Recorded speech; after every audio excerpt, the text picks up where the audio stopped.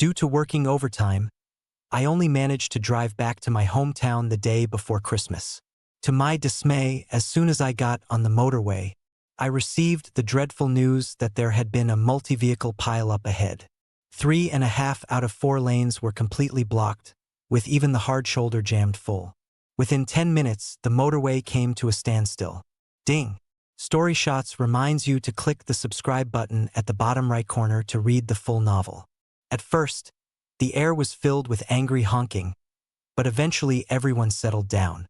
Some people got out to soak up the winter sun, while others even started cooking beans on toast by the roadside. With cars packed bumper to bumper both in front and behind, all I could do was wait. After crawling along for 2 hours and only covering a few miles, I began to feel increasingly irritated. But I knew I couldn't let my frustration show. My girlfriend Theodora Lansky and her brother Crispin were in the car with me. The siblings had been in a sour mood since we set off, as I delayed our departure by 3 days from the original plan. I had no choice. With the new product launch and difficult clients, the company had repeatedly asked me to lead the team in working through the holidays.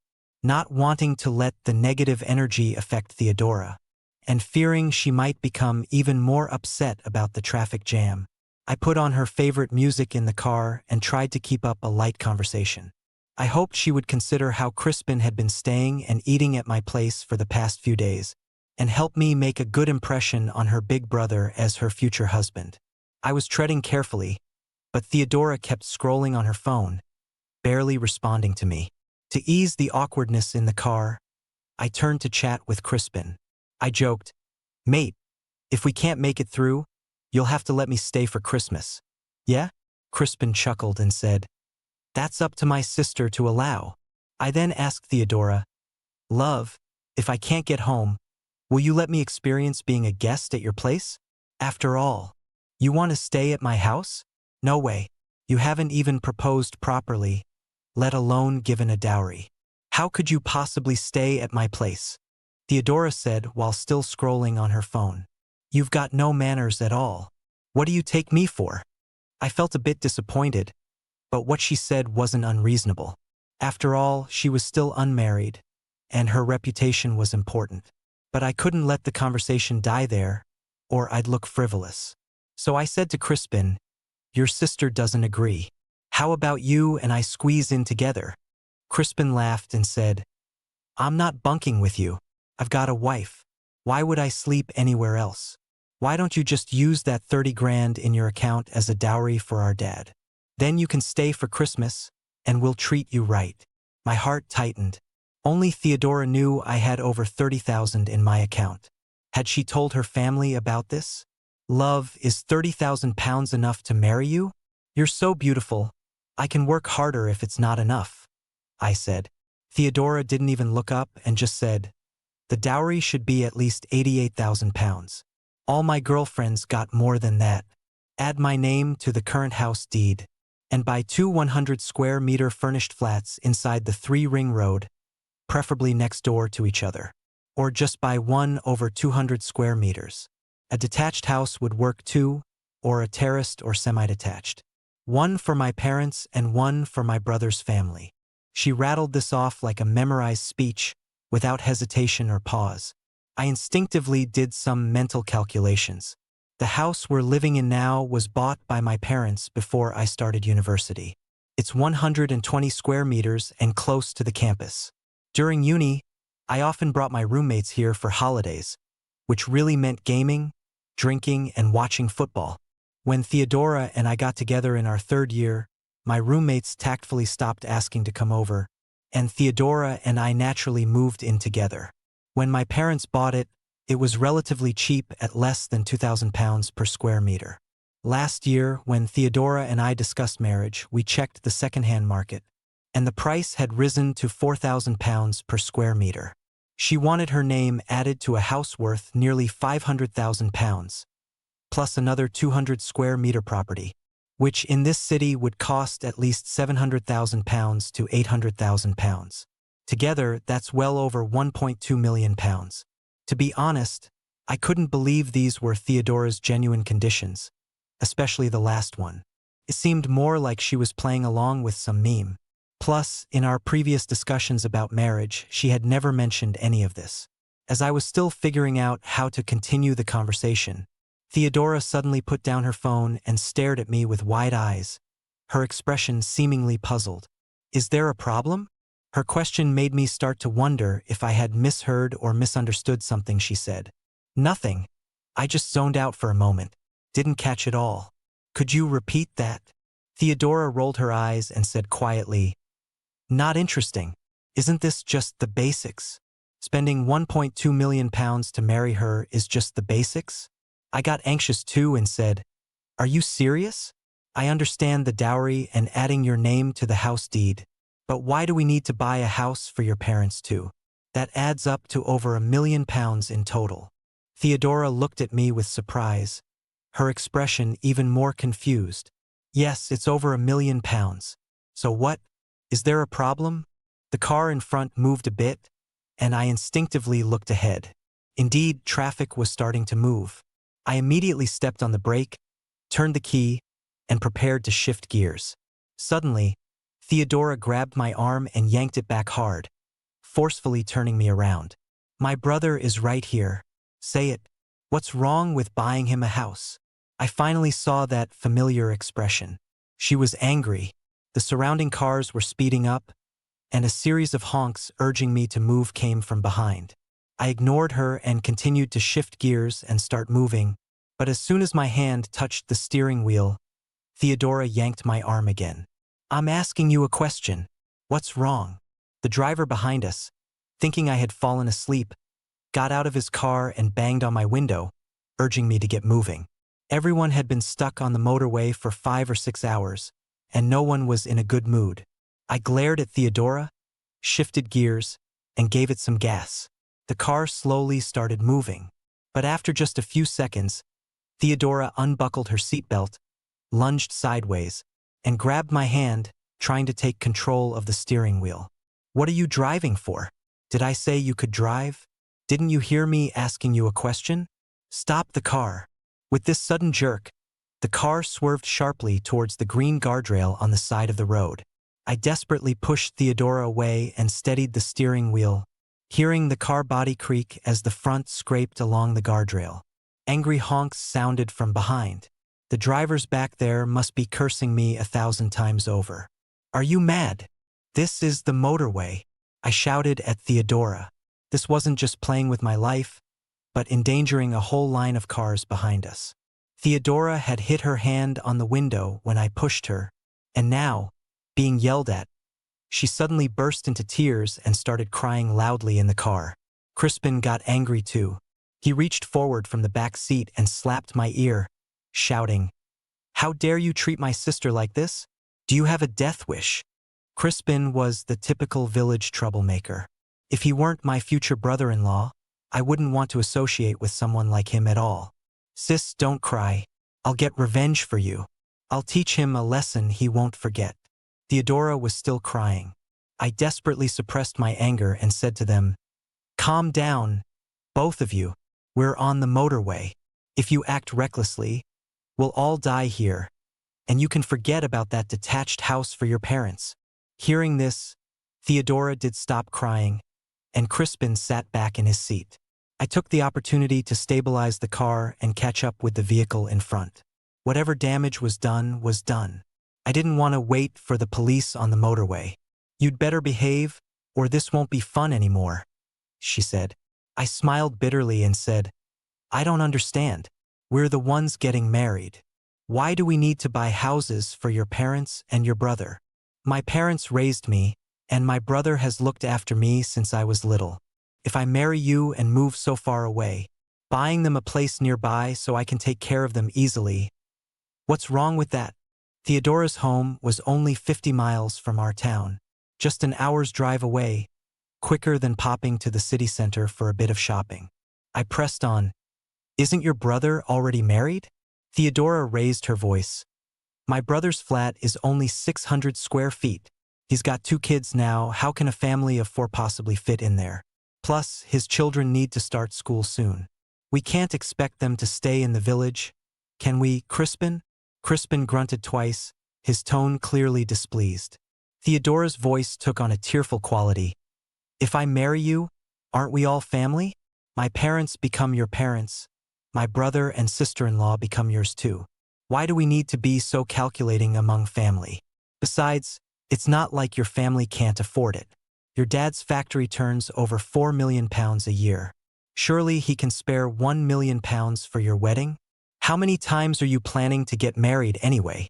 I began to understand. My father's factory had only recently set up a website a few months ago. Theodora must have come across a news article reporting on its performance, leading to her tirade. But my father's business was in low-end manufacturing with razor-thin margins. A £4 million turnover only yielded about £100,000 in profit, with long payment terms to boot. In the past, I might have explained to her that my family wasn't as wealthy as she imagined. But at this moment, I simply didn't have the energy to tell her that we weren't as well off as she thought. Theodora began to repeat herself. You promised to love me forever, to cherish and care for me, to fulfill all my wishes. All I want is to be a dutiful daughter, a considerate sister, a grateful child. What's wrong with that? I was speechless. It was as if she was saying that her inability to be dutiful, considerate, and grateful was all because I wouldn't give her over £1 million. We hadn't picked up much speed, and after about 15 minutes we came to another stop. In the distance, a plume of thick smoke rose into the sky. I thought to myself, blast, there must be another accident up ahead. We're really not going anywhere now. I pulled out a cigarette, saying I needed some fresh air. That sitting for too long wasn't good for the nerves in my thighs. I opened the car door and walked back until I was out of sight of the rearview mirror, then leaned against the guardrail to smoke. Looking up at the road sign, I realized we'd only covered about 30 miles in 5 or 6 hours. My phone's navigation showed we still had over 370 miles to go before reaching my parents' home. The phrase "no end in sight" seemed to be written all over the screen. Bertram? Is that you? I turned around to see a red Jaguar stopped behind me, its driver perfectly positioned to admire my nonchalant pose. A woman sat in the driver's seat, her round face beaming as she waved at me. What a coincidence! Are you stuck in this traffic too? I thought for a moment, then slapped my thigh as I exclaimed, Audrey! Audrey Quinton was my neighbor. We grew up together, playing side by side until we went to secondary school. After that, we rarely saw each other, except for a chance encounter on the street during the Christmas holidays. I tossed away the half-smoked cigarette and waved back at her. But I didn't walk over, standing still instead, because there was a man sitting in Audrey's passenger seat, glaring at me with a stony face.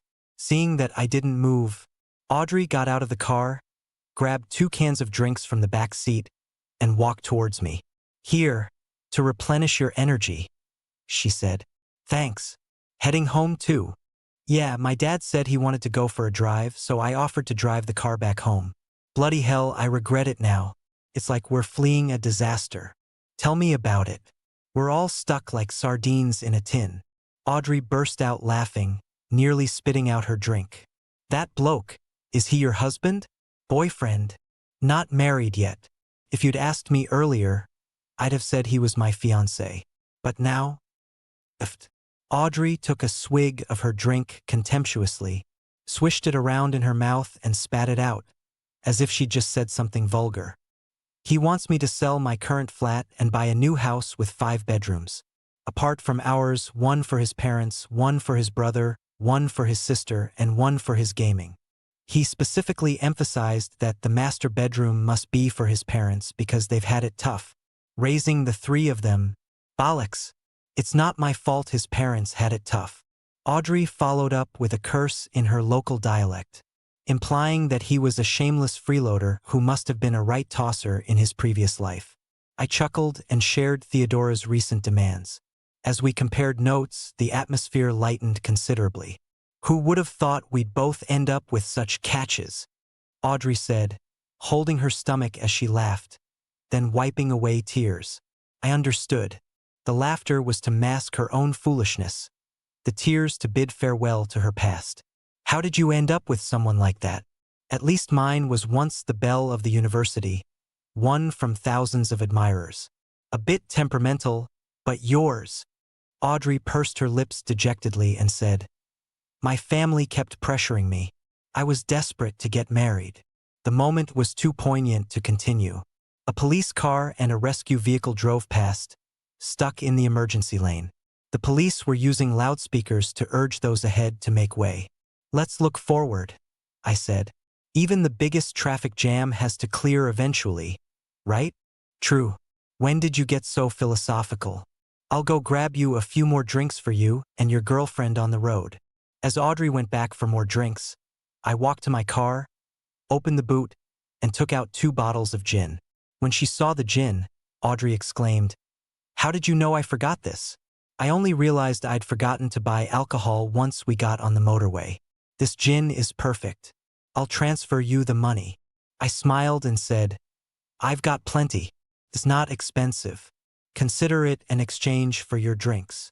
Audrey glared at me and said, "A whole case of my drinks wouldn't be worth one of your bottles. Don't be daft.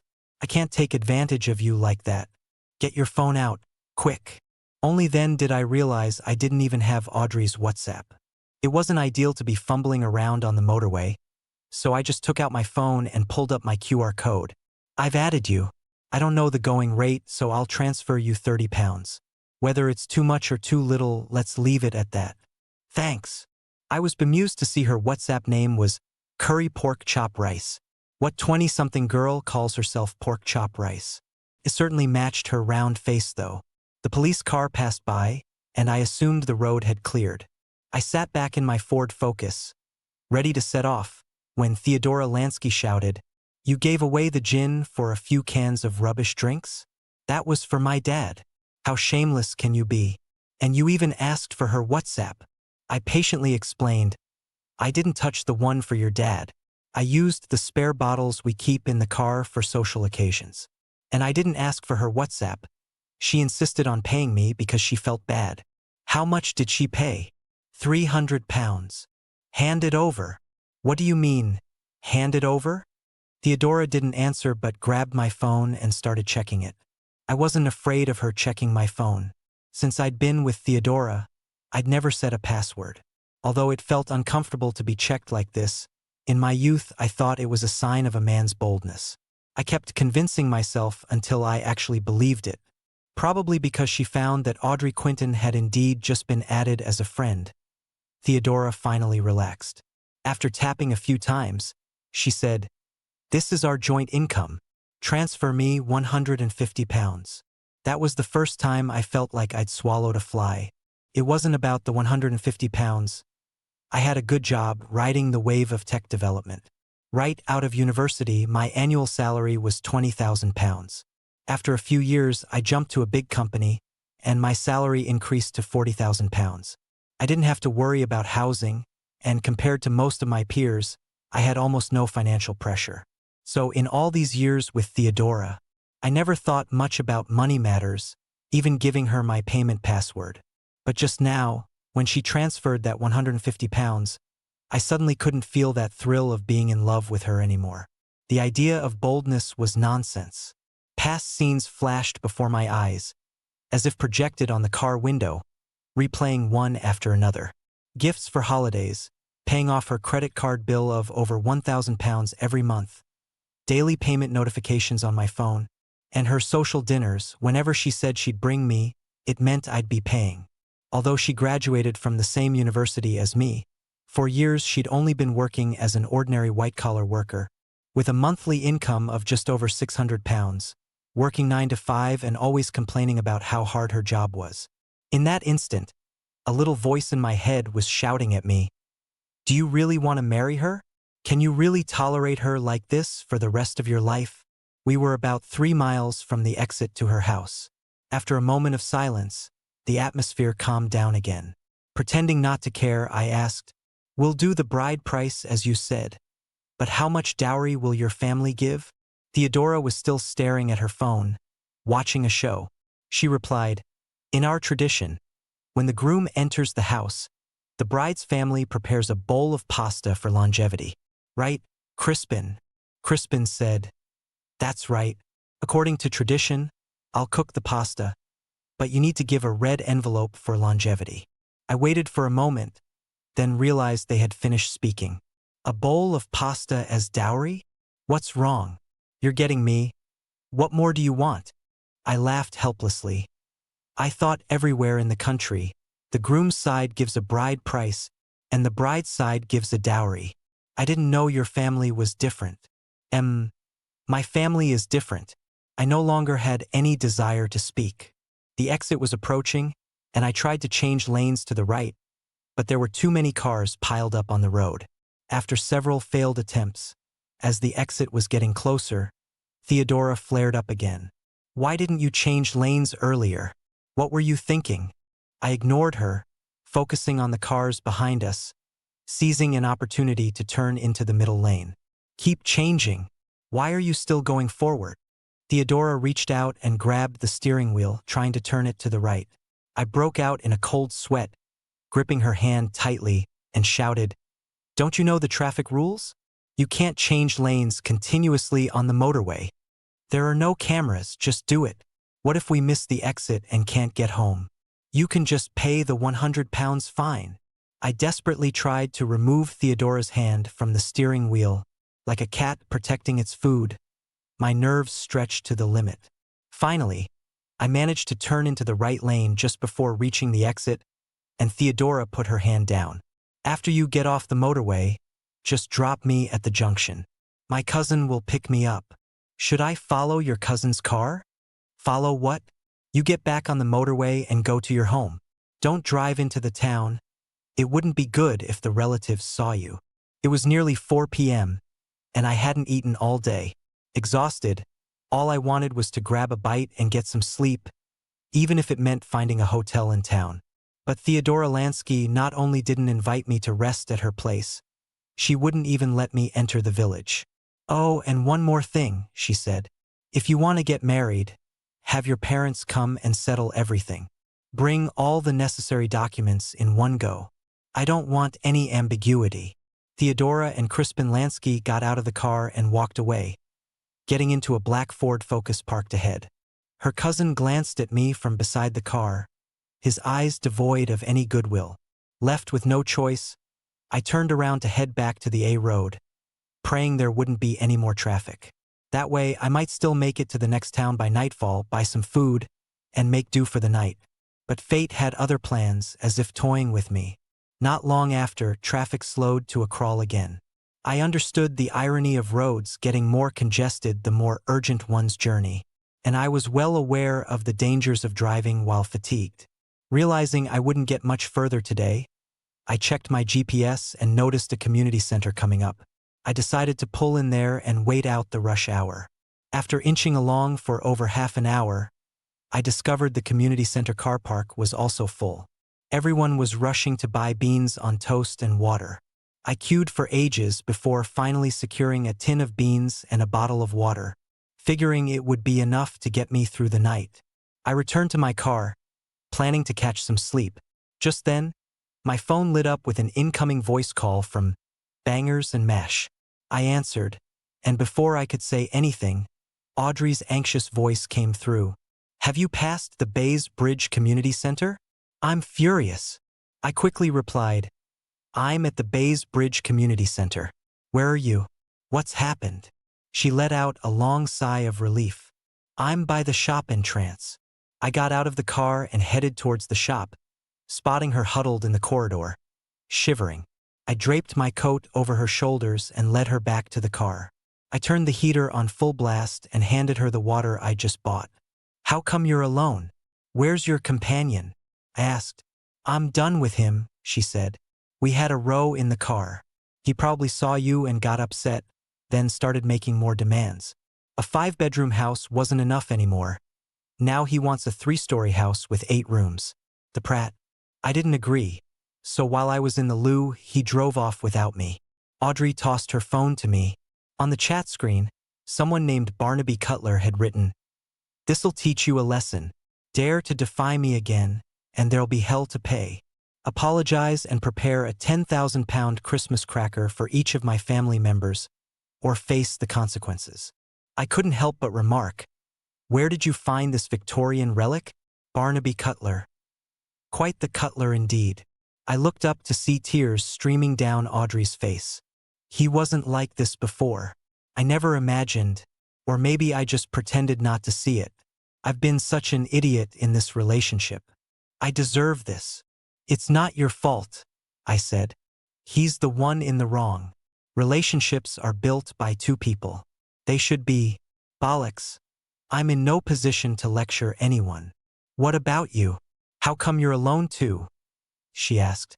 She got off at her exit and went home. Without £1,000,000, I couldn't even get a sip of water. We sat in silence in the car, neither of us in any position to comfort the other. Darkness fell, and snow began to drift down. "Christmas is coming," I said. "Yeah, Christmas is coming. No chance of going home now. Let's go. We'll drive as far as we can." I turned the ignition, and the dashboard lit up with a series of warning lights, beeping incessantly. Great. Must have damaged something when I scraped the barrier on the A road. My mind went blank. Though I'd bought the car, I knew absolutely nothing about repairing it. Audrey leaned over to take a look and said, "There's a repair shop at the community center. I think it's near the entrance." I slowly drove the car forward, waiting for over 20 minutes before it was my turn. The mechanic examined it thoroughly and frowned, saying, "Those faults are nothing to worry about. Imported cars are quite sensitive, but you've got a big bulge on your sidewall. You definitely can't drive on that." I crouched down to look, and indeed, there was a large bulge on the side of the left front tire. "This tire size is unusual. We don't have a suitable replacement here. I suggest you call a tow truck to take it to Bays Bridge Local Council up ahead and see if there are any repair shops open. It might be tricky though." The mechanic looked at my crestfallen face and emphasized once more, "Whatever you do, don't drive on a tire with a sidewall bulge. If it blows out on the A road, you're done for." Left with no choice, I knew enough about sidewall bulges to take it seriously. I called the rescue number the mechanic gave me. It took 3 hours for the tow truck to arrive, and by the time we reached Bays Bridge Local Council, it was already past 8 p.m. "It's pitch black now," Audrey pouted. I looked up phone numbers online and called them one by one. As expected, not a single repair shop in Bays Bridge Local Council was still open. Only one said they could take a look at the situation tomorrow. "What a nightmare," I sighed. Audrey was still pouting, staring at me intently. "What do you want?" I asked. "We should at least find something to eat, big brother." The continuous high stress and fatigue had made me forget about food entirely. Seeing that no restaurants, supermarkets, or food stalls were open, getting out of the car to eat was out of the question. I opened the boot and brought all the snacks I had planned to take home to the front seat's nut gift boxes: milk, cereal, and beef jerky. Using the gift box as a makeshift table, I turned on the heater and some music, then made a help-yourself gesture to Audrey. Audrey's pout instantly disappeared, her eyes gleaming with desire. "Well, if you insist. Happy Christmas." Audrey dug in with both hands, eating and drinking as if this cold meal was the most delicious feast in the world. On this Christmas Eve night, I found myself at a loss. Audrey had fallen into a deep sleep in the passenger seat, while I tossed and turned, unable to drift off. Sleeping with the air conditioning on could easily lead to carbon monoxide poisoning, so I had to crack my window open a bit for ventilation. The cold wind blew directly on me, and who knows how many snowflakes had drifted in. The paradoxical sensation of being both cold and hot was an uniquely miserable experience. I thought this must be what they mean by caught between a rock and a hard place. I took out my phone, intending to send another message to my parents to let them know I was safe. Suddenly, Crispin sent me a message. "Where's the whiskey you were supposed to bring?" Only then did I remember that Theodora had left in such a hurry. She'd forgotten to take the whiskey from the boot. I replied, "The whiskey's still in the boot. Theodora forgot to take it. I'll bring it back after Christmas. We need that whiskey tomorrow. Turn around and bring it back right now. My car's broken down. I'm trying to get it fixed. I can't come back." Crispin sent a string of question marks, Then, after a moment, added, "You remember to sell whiskey to some random woman you meet on the road? But you forget to bring it here? You can't even handle this tiny errand. What use are you? Why couldn't your car break down and kill you instead?" I could hardly believe these messages were from Crispin. Every time he came to the city, I picked him up and dropped him off, took him out for meals at restaurants, booked him into nice hotels, and let him take whatever he fancied when he left. I was shaking as I read it, and it took me a while to reply, "If you're so useful, why do you always need to eat my food and drink my drinks? You barely earn £2,000 a month. Wash your face before you start mouthing off. Whiskey's not suitable for a waste of space like you. Piss is more your style." Crispin's shamelessness made me realize I'd been an idiot before, letting a good-for-nothing push me around like a doormat. I thought it was time to have a frank talk with Theodora, even if it meant choosing between her and him. I opened the chat with Theodora. Her last message was from yesterday, urging me to withdraw more cash from the bank to bring back for Christmas crackers. My hand slipped and I accidentally tapped on her profile picture. Theodora had just updated her Facebook status. She'd posted several photos of a dinner party, with 7 or 8 men and women raising their glasses. The caption read, "My lovely brother throwing me a welcome home party. We're not leaving until we're plastered. I'll take a dozen handsome lads, please." One of the visible comments said, "Didn't bring your boyfriend home?" She had replied, "He's not worthy of that yet." I was stranded in a small town, cold and hungry, while she was at home partying with her friends, not even bothering to send a word of concern. In an instant, Crispin sent several more voice messages. I knew nothing good would come out of his mouth, just more insults hurled my way. Bollocks! I turned off my phone and closed my eyes, wishing I could throw it all away into the snowy wilderness. "Are you all right? Cold?" A sweet voice beside me spoke up. I turned to look. Audrey was huddled in her puffer jacket, only her eyes visible. "It's nothing. Oh, by the way, I have a sleeping bag in the boot. If you're uncomfortable, you can lie down in the back seat." "I'm not uncomfortable. I used to trek through the mountains daily, sometimes without even a proper bed. Comfort wasn't really a priority then." "Adventure? In the mountains?" "Not quite. I was doing rural aid work, helping farmers sell their produce.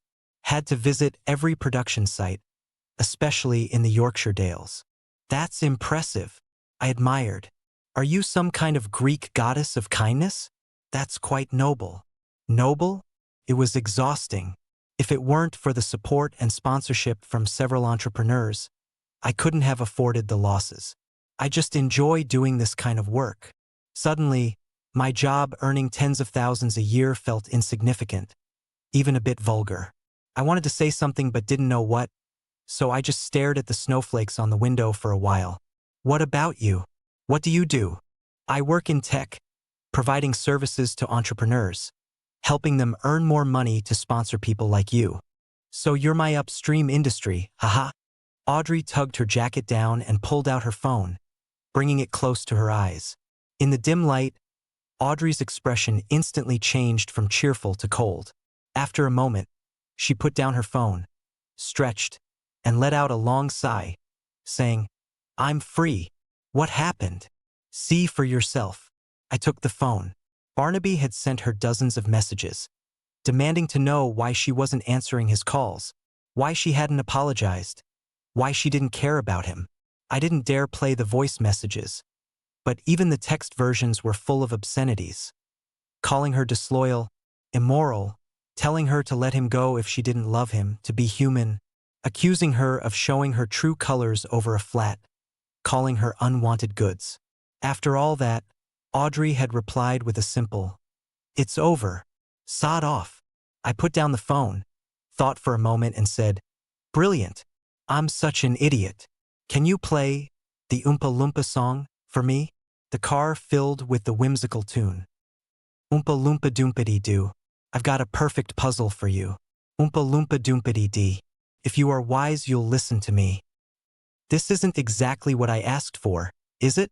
Well, you're not exactly an idiot either. Audrey covered her face with her arm, her chin quivering. I turned to look out the window, thinking about my 7-year relationship with Theodora, feeling conflicted and miserable. A teenage first love combined with years of habit. My life had become intertwined with Theodora's, like bone and flesh. Separating would be a painful tearing apart. But reason also told me she wouldn't be my life partner. The only reason we'd stayed together until now was that we'd never truly considered the future. Perhaps exhausted from crying, Audrey fell asleep. In a daze, I was woken by an alarm, but looking down, I saw it was a call from Theodora. I quietly got out of the car, walked a few meters away, and answered the call. With a glimmer of hope, I wondered if she had just learned that I was stranded on the road and was calling to check on me, or even invite me back to her house for Christmas.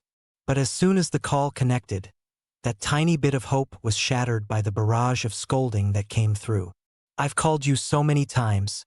Why are you only answering now? Are you a pig, sleeping until now? Quickly transfer me £2,000. I rubbed my ear and said, What £2,000? Stop wasting time. I'm waiting to pay the bill. While she was talking, I opened her Facebook page again. After last night's dinner party, she had been singing, bathing, and getting massages, all at a large entertainment venue in her local area. The full service was quite comprehensive. Wasn't your cousin welcoming you back? Why do you have to pay the bill? Just because my brother is welcoming me back doesn't mean I can't pay the bill, does it? Where would he get the money from? And I've come back after so long. What's wrong with treating my old friends to a meal? Stop talking nonsense and transfer the money now. I didn't eat, drink, or have any fun. Why should I pay the bill? And what kind of place costs £2,000 for one night? Can you stop wasting time? I told you to stop talking nonsense. Transfer the money now. Are you deaf? I won't transfer it. What do you mean? It's very clear. I won't transfer it. Theodora was silent for a few seconds. Fine, you're something, aren't you? I never thought I'd end up with a scumbag like you. I must have been blind to be with a useless piece of trash like you. If I'm a scumbag, why are you asking me for money? If your brother isn't useless, why don't you ask him for money? If those freeloaders around you aren't useless, why don't they pay the bill? Good, very good. Remember this, you've pissed me off. The call ended, and immediately after, Theodora sent a message. Don't contact me again from now on. Let's end it here. A text-only status flashed on Facebook. Life inevitably involves stepping in some shit. Take care of yourself and go to hell. Refreshing again. There was nothing left, just a gray line. I tried to transfer £1 to her, but it showed that I wasn't on her friends list anymore. It was sudden, yet not so sudden. Looking at the silver-clad landscape, I felt like a tombstone standing in the vast whiteness. This cold and gorgeous stillness was the perfect grave for my and Theodora's love, fitting the scene perfectly. I returned to the car. Audrey had also woken up and was staring blankly at her phone. Messages and voice notes from Barnaby kept popping up on the screen, interspersed with reminders of phone calls and voice calls. I could guess what Barnaby was sending without looking: reproaches, commands, PUA tactics like royal decrees from someone sitting on a throne, absurd to the point of being jaw-dropping. Looking at the time, it was already past 8 a.m. on Christmas morning. I eagerly called the repair shop owner, trying more than a dozen times before getting through. The shop owner, with sleep still in his voice, gave me an address. I carefully drove the car there at the lowest speed, fearing that I might hear the sound of a tire exploding at any moment. Thankfully, the old car held up well, persevering all the way to our destination without bursting. The shop owner felt the bulge on the tire, quickly tucked his hand back into his pocket, and expressionlessly stated that they didn't have this type of tire in stock. It needed to be ordered, but due to the holidays, it couldn't be delivered immediately. The earliest it would arrive would be around the 28th or 29th of December. I had actually anticipated this outcome, but I wanted to try, clinging to hope. Seeing my dejected look, the shop owner invited us into the shop for some hot tea and asked where we were headed. I said we were going back home, still 600 kilometers away. The shop owner's eyes lit up, and he said, "Brother, your car definitely can't make it. If you still want to get home, there's a solution you might consider. Audrey asked eagerly, "What solution?" The shop owner said, "If you trust me, leave your car here. Come back for it after the holidays, and I guarantee it'll be fixed. I have a Vauxhall Corsa here. You can drive it home. The rental fee is £100 per day, and I won't mind if there are any scratches or dents." Audrey and I looked at each other and said in unison, "Deal!" That morning, Audrey and I got into the Vauxhall Corsa and set off on our journey home. Unfortunately, the Corsa was quite old and couldn't go faster than 50 miles per hour even with the accelerator floored. We couldn't take the motorway and had to stick to the A roads, slowly making our way. Neither of us was particularly good at driving this type of car. We only managed to cover about 60 miles that day, inching along, and had to find a hotel for the night. After a hot shower, lying on the hotel bed, my bones felt like they were floating. It was so comfortable. Reflecting on the strange and eerie encounters of the past 2 days, I felt a wave of emotions. For the first time in my life, I felt disillusioned with love. I suddenly had a different feeling about Theodora.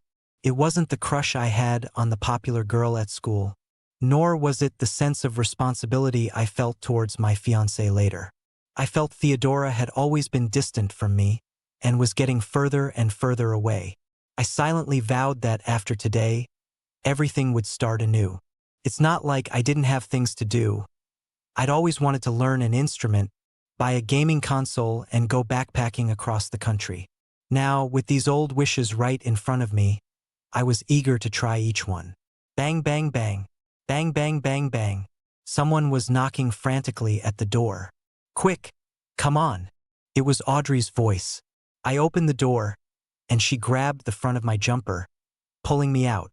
I didn't even have time to close the door. "Hurry, hurry. There's Morris dancing." Like a chicken being led, I followed her as we ran out of the hotel, through 2 small alleys until we were met with a dazzling light. Adults and children lined the streets, and the rhythmic sound of drums and bells could be heard from not far away. A glowing dragon puppet followed a jumping lantern, with 2 rows of grand Morris dancers behind. "We made it just in time," Audrey said, her face beaming with delight as she stared intently at the colorful spectacle. The dragon puppet twirled in golden splendor. Fish lanterns swam gracefully. Lotus lanterns stood elegant and solemn, and rabbit lanterns hopped playfully. After the zodiac procession came the Mad Hatter's tea party, followed by handsome lads and fairy maidens. "It's so beautiful." "Yes, better than on TV. I suppose this is a silver lining to our situation. Maybe the heavens wanted to see the Morris dancing too. That's why the snow stopped this afternoon." Audrey and I walked side by side back to the hotel. The owners, a married couple, were watching TV and making Scotch eggs. They spread lard on a large spoon, poured in beaten egg and swirled it around, then placed it on the stove to make the egg white. They then added the meat filling, dabbed some egg mixture on the edges, and sealed it. Audrey was so fascinated she didn't want to leave. The owner asked curiously, "Are you here on holiday?" I smiled wryly and said, "No, our car broke down on the way, so we couldn't make it home." "Well, have you 2 lovebirds eaten? Would you like to join us for some scones?" I was about to decline when Audrey shouted, "Oh yes, please. Thank you so much," and sat down. She really made herself at home. The owner served us 4 large scones each, some with poppy seed filling and others with mincemeat. The owner's wife explained that it was a local custom to eat scones during the Christmas season, not just mince pies as shown in top of the Pop's Christmas specials. Audrey finished her 4 and, too shy to ask for more from the owner, helped herself to 2 from my plate. After a good night's sleep, Audrey and I familiarized ourselves with the Vauxhall Corsa, taking turns to drive, which made the journey much more relaxed. I moved all my belongings from my car into the Corsa, and Audrey bought plenty of snacks from the supermarket.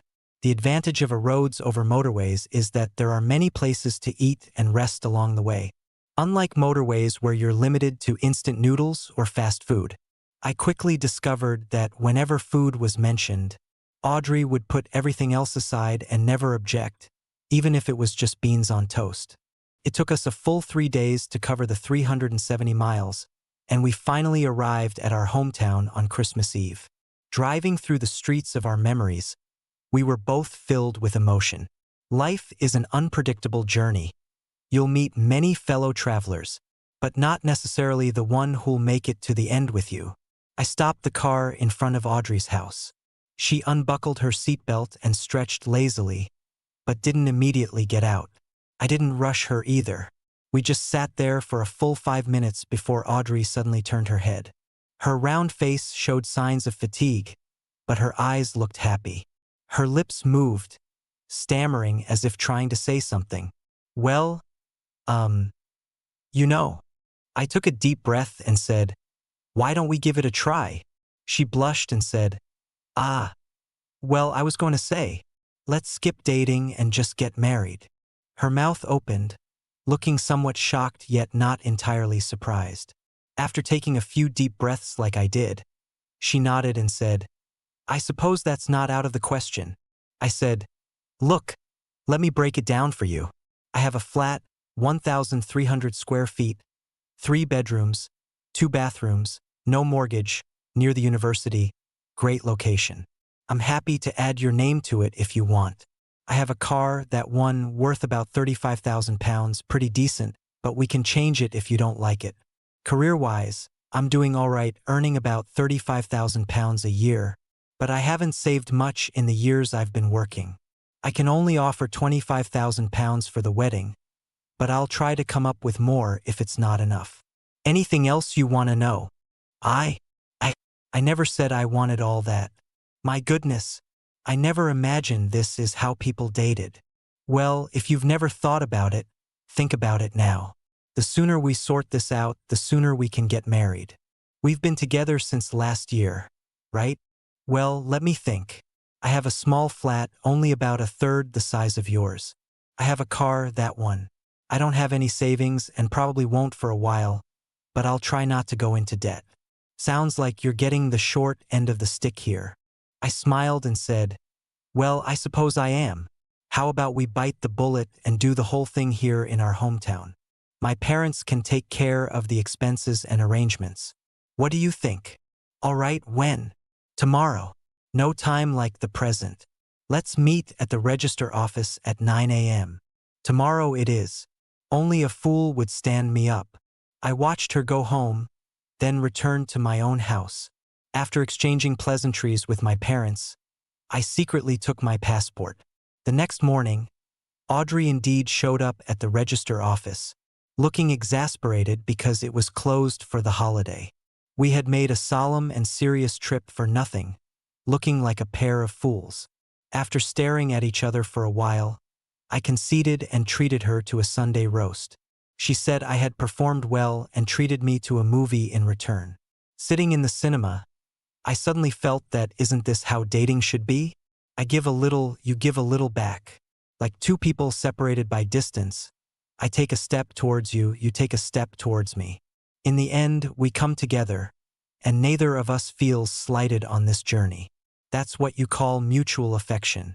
But between Theodora and me, I've always been the one giving, taking steps forward, being told it's not enough, so I give more, take more steps. It's never enough, an endless cycle. I've been trapped in this vicious circle since university, constantly seeking Theodora's approval to prove my love has meaning. But I never get her approval, forever doubting if I love her enough. After a few more days at home, on the morning of New Year's Day, we went to the register office for the second time, first in line to get married. The moment we received our marriage certificate, I realized that getting married could actually be relaxed and joyful, without carrying a 1,000-ton burden or worrying about countless people's opinions. "I can't believe it." Audrey stared at the marriage certificate, looking bewildered. "Am I really yours now? How long have we known each other?" I said righteously, "It's been over 20 years since we first met, and 9 long days since we reunited. Any longer would be inappropriate. Now that I'm your wife, shouldn't you take me home for a meal? I seem to remember your dad's pork belly with applesauce is exquisite. Is it too much to ask for a plate? Let's go?" or we'll miss your dad." Audrey linked her arm with mine as we walked through the front door. Her parents were on the sofa, making small talk with forced smiles. Audrey had told her parents to come to our house early this morning to pay a New Year's visit and bring gifts, saying she needed my help with work after the holiday. The unsuspecting couple brought bags of presents to visit, and were now reminiscing about the good old days. Seeing us enter arm in arm, for pairs of eyes met, not daring to breathe. My dad broke the silence, scolding harshly. "What are you doing holding her like that? How does it look?" I said pitifully, "If I don't hold my own wife, whose wife do you want me to hold?" "Your own wife." The air in the living room froze. Audrey's parents' expressions changed from surprise to shock. Then they collapsed onto the sofa, their arms and legs shaking uncontrollably. I slammed the marriage certificate on the coffee table and said, "Dad, hurry up and cook. My wife wants to eat your pork belly with applesauce, and while you're at it, prepare a table of those special dishes you only make for Christmas. Mom, quickly bring out the gold bangle and jade bracelet Grandma passed down to you. Show some appreciation for your daughter-in-law." Then I said to Audrey's parents, "Dad, Mom, let's skip the formalities. I promise Audrey will always have good food to eat. In the future, if anyone dares to let my wife go hungry, I'll be the first to object." This was sudden, so I'm not well prepared, but here's a card with £30,000 I've saved over the past few years as a wedding gift. Please accept it. You too. Oh, we. The two sets of parents looked at each other, slapped their thighs, and said with joy on one side of their faces and anger on the other, "You two or something else." Audrey tugged at her parents' arms and said softly, "Aren't you always nagging me to get married? I've married someone I grew up with. Surely you can rest easy now? If you're not satisfied, you can talk to the in-laws, ask him to lose some weight, get a makeover or something." I immediately said to my parents, "Dad, Mom, you're not dissatisfied with your daughter-in-law, are you? I think she's the girl of my dreams." My dad slapped the back of my head and scolded, "How could I be dissatisfied? Stop trying to frame me. Your mom and I didn't even go to propose, and you've already married her. We can't do things like this. The neighbors will say your mom and I don't know how to behave." Audrey's parents immediately said, "What proposal? What's there to propose? That's not important. They've been playing together since they were kids. Childhood sweethearts are wonderful. But it's so sudden. How do we explain this to our relatives and friends? Have a wedding. Right now. Immediately." My dad slammed the table and picked up his phone to make calls. In less than a few minutes, he said proudly, "It's all arranged. Let's notify our relatives now. We'll have the wedding lunch the day after tomorrow. Then we'd better hurry and prepare the wedding things. Audrey dear, I'll take you to choose some jewelry and a wedding dress and such." My mom pulled Audrey towards the door. The wedding was set at the most upscale hotel in town. Actually, the hotel had been fully booked, but my dad pulled some strings to secure a hall. The wedding decorations and ceremony arrangements were all last minute and not perfect. But we didn't mind. Our love and family support didn't need these formalities to prove themselves. It was only a hassle for those relatives who had already made travel plans, as they were forced by our parents to cancel everything and attend the wedding. Organizing a wedding in 2 days, my old man had really outdone himself this time. On Christmas Eve, Audrey and I stood in front of the welcome backdrop, receiving blessings from our friends and family.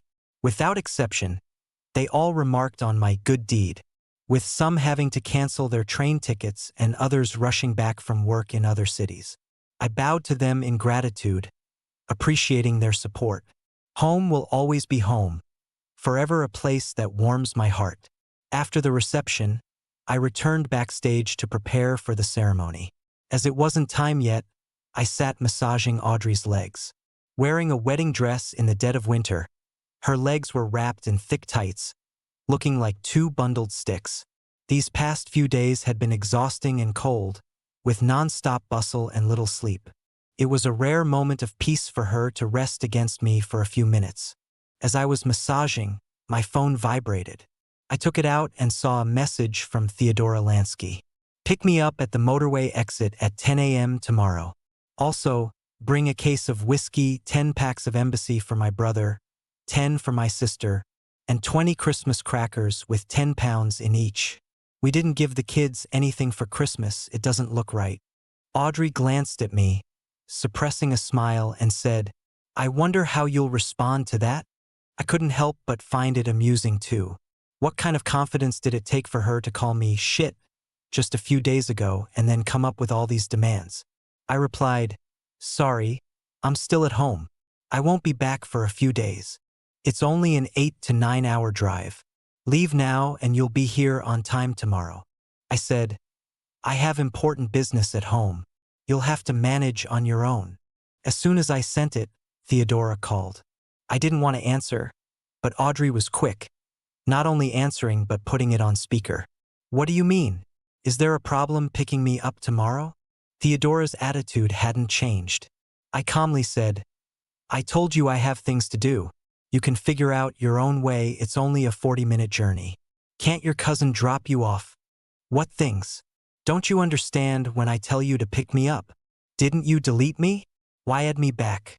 Is it just to get me to bring whiskey, cigarettes, and Christmas crackers? What are you on about? You know why I deleted you, don't you? I'm giving you face by not arguing with you, and you have the nerve to ask. She was still expertly shifting the topic. I had no intention of saying more, so I told her. Remember to bring a few boxes back. Move your things out within a week. I'm planning to sell the house when I get back. Sell? Why sell? I'm buying a bigger place as our new home. We can't live in an old house after getting married, and besides, the decor was overseen by my parents. It's too old-fashioned to be a marital home. Theodora hesitated for a moment, then suddenly softened her tone. She sweetly hummed and lowered her voice, saying, At least you understand. I also think that house isn't suitable for marriage. I want something over 1,800 square feet, with my own princess room. Also, I don't want to live on the top floor or the ground floor unless there's a garden. The garden needs to be professionally designed, otherwise it'll just turn into a vegetable patch. And for the interior, I prefer a more classical style, with all custom solid wood furniture in honey color. Oh, I've bookmarked a few developments, I'll send them to you right away. You pick me up tomorrow, and we'll go house hunting the day after. Audrey and I exchanged bewildered looks as Theodora rattled on endlessly. The officiant opened the door and gestured to us, indicating it was almost time and we should tidy up and get ready to start. I interrupted Theodora, saying, Thanks for your concern, but I've already chosen a house. It's a 2,600 square foot townhouse, 2 stories with a basement, and gardens in both front and back. The entire second floor is open plan for the bedroom and study, and the ground floor is for when my parents visit. I plan to turn the back garden into an outdoor tea area and plant flowers in the front garden along with a cat enclosure. I've already picked out a 3-story cat tree, big enough for 8 cats to enjoy simultaneously. How dare you make decisions without consulting me? And cats? Absolutely not. Also, your parents shouldn't stay over, they can stay at a hotel when they visit. I don't want to live with old people, it's inconvenient. Have you looked at houses for my parents and my brother? They should be in the same building, it's more convenient. I've already discussed the housing situation with my family. My brother will be coming with us to view houses the day after tomorrow.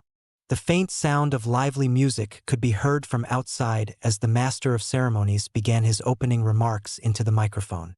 The MC was my high school deskmate, now a reporter for the local television station, hastily roped in for the occasion without time to rehearse his lines. He was winging it entirely on his own. Starting from our childhood friendship, he spoke of our years of mutual affection, overcoming numerous obstacles to finally be together. He compared us to star-crossed lovers and butterflies emerging from a chrysalis, causing our faces to contort in embarrassment as we silently prayed for him to stop talking. Theodora was still issuing a steady stream of commands. My parents have trouble walking. Either give them this flat or we'll have to choose another one for us. My brother absolutely needs a place in a good school district. How's the school for this one? Is it highly rated? The flat comes fully furnished, right? We can't deal with a bare one. No time for decorating and it would disturb the neighbors. Have your parents transfer the dowry directly to my account, but don't label it as such. I want to take our wedding photos in the Maldives, or Hokkaido would work too. We should bring my parents and my brother's family along. Book nice hotels in advance. We need to book the venue soon too. My side will need 15 tables. Arrange 2 coaches to pick them up, put them up in the hotel for the night and send them home the next day. I set the phone down on the sofa as Audrey and I helped each other get ready. I fastened her veil while she adjusted my tie. Neither of us paid any attention to the incessant chatter coming from the phone, focused solely on our upcoming moment in the spotlight. Hello? Hello? Are you there? Are you even listening to me? I'm busy right now, talk later. I called out to the phone before hanging up and taking Audrey's hand as we walked towards the hall. Audrey's palm was damp with sweat. I could tell she was very nervous. I reassured her, "Don't worry, I'm here. It'll be over soon." Audrey muttered, "Let's get on with it before they eat all the food. The gammon won't last long. They say people who love food are simple-hearted." I hoped that was true. The wedding went smoothly. Audrey broke into laughter several times as former classmates surrounded her with questions. Fortunately, I was quick enough to avoid falling into any traps. The ceremony itself was very brief, ending after the exchange of vows. We returned to our seats to start the meal, and I had to drag Audrey away from her plate to make the rounds for toasts. After seeing off the last wave of relatives, we were both exhausted. I joked, "Too late for regrets now." She pulled me back inside, saying urgently, "I'm not full yet. You can have regrets after I've finished eating." The empty wedding hall, with 4 or 5 servers clearing the tables, felt surreal. I glanced at the skin-style images on the big screen, as if emerging from a dream. I pinched my arm hard, it hurt. Audrey asked what was wrong. I smiled and said I was worried I'd wake up and still be on the motorway. Audrey put down her fork and led me onto the stage, where we posed for a photo in front of the backdrop. This was only our second photo together, the first being when we got our marriage certificate. I held Audrey's hand, pressing it against our marriage certificate, and took a photo of our joined hands. I posted it on Facebook, subtly announcing the moment. The comments section was instantly flooded with question marks, and my chat window was suddenly filled with countless messages. I explained to my colleagues and friends who inquired, saying we didn't want to trouble anyone, so we had the wedding back home without notifying anyone. As a result, several mates said they must throw another party when we return, as they've been saving up wedding gifts for years. Among the numerous messages, Theodora's stood out, but I ignored whatever she said and continued with the final tasks of the wedding. It wasn't until we got home that I opened WhatsApp again. Theodora had sent me dozens of text and voice messages, along with countless voice and phone calls. I had no desire to go through them all and was about to delete everything, but Audrey caught a glimpse of my screen and insisted I see what Theodora had said. Reluctantly, I opened the chat in front of her and scrolled up to "before the wedding. Call me back immediately. I have so many important things to tell you. For the 2,400 square feet duplex, you need to hire a cleaner for daily maintenance. Make sure to buy imported stairs, and check if you can install a lift in a 2-story townhouse. Even a small one is fine. I just told my parents they want a place with a garden. This one is perfect, let my parents live there, and we'll buy another one in the same estate for us after we're married. If you can't make it tomorrow morning, come pick me up tomorrow afternoon. No later than 8 p.m. tomorrow night. I've given you plenty of time already. Are you at a wedding? No wonder I heard noise in the background. If it's not a close friend, just leave early and set off. The motorway will be quiet in the evening. Perfect for you to drive over and pick me up. Is that hand-holding photo yours? How could you post someone else's engagement ring photo on your own Facebook? Isn't that disgusting? Call me back right now. What's wrong with you? Do you know what time it is? Why aren't you answering your phone? Audrey stared at the phone in a daze. After a long while, she looked up and asked, "How long have you two been together?" "Over 6 years, since our third year at uni." I didn't want to hide anything. Has she always been like this? I mean, completely disregarding your feelings? Her question made me reflect. Over the past 2,000 days, I seemed to have always unconditionally accepted her complaints and anger. I had even developed a conditioned response, assuming I had done something wrong. Audrey hugged me tightly and whispered, "I don't know how to be a good wife either, but I'll try my best to love you." I hugged her back just as tightly. This was our first close embrace, like two people from a bygone era, experiencing intimacy for the first time on their wedding night. That night, we were both very satisfied with each other. Due to the sudden turn of events, we didn't have time for a honeymoon, so we planned to have a meal with both sets of parents the next day, pack up a bit, and set off back home on the third day. However, early the next morning, I was woken up by a strange ringtone. Opening my eyes, I saw Audrey leaning against the headboard, staring blankly at her phone. It was an incoming call from someone named Big Director Cutler. "Who is it? Why aren't you answering?" I asked. "Barnaby Cutler." "Oh, so he's a director. Just answer it. Don't say anything yet." Audrey put the call on speaker. "Audrey, are you still refusing to admit your mistake? Have you forgotten my teachings? A man's pride needs to be protected with love. How can you be so stubborn? How can you be the future Mrs. Cutler of our family like this?" I was completely baffled. Audrey said, "We shouldn't contact each other anymore. Please move your things out as soon as possible. Stop throwing a tantrum. My princess would never have any complaints about me. I can tolerate some disobedience from you, but you need to know your limits. I'm telling you very seriously, don't contact me anymore. I'm married now." "Oh my God. Baby, don't try this trick on me. I absolutely forbid my woman to intimidate me." All right, darling, let's talk business. My mummy has agreed to have dinner with you on St. George's Day. She's really into French cuisine lately, so choose a nice restaurant. Also, it's her zodiac year. Pick out some gold jewelry for her. She'll love it. Speaking of your mum, I just remembered. Your mum borrowed £30,000 from me last year for some cash flow issues. It's about time to pay it back. Just use the bank's fixed deposit rate for interest. Transfer the money to my account as soon as possible. £30,000? I don't know about that. Let me look into it. £30,000 isn't much anyway. Why make it so formal with borrowing and returning?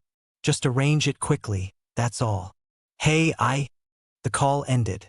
Audrey looked at me, her face turning red. I asked, "How long have you two been together?" Audrey said, "Just under 2 years. Has he always been like this? I mean, completely disregarding your feelings." "He's a director and his family is quite wealthy, one of those kids from the posh estates."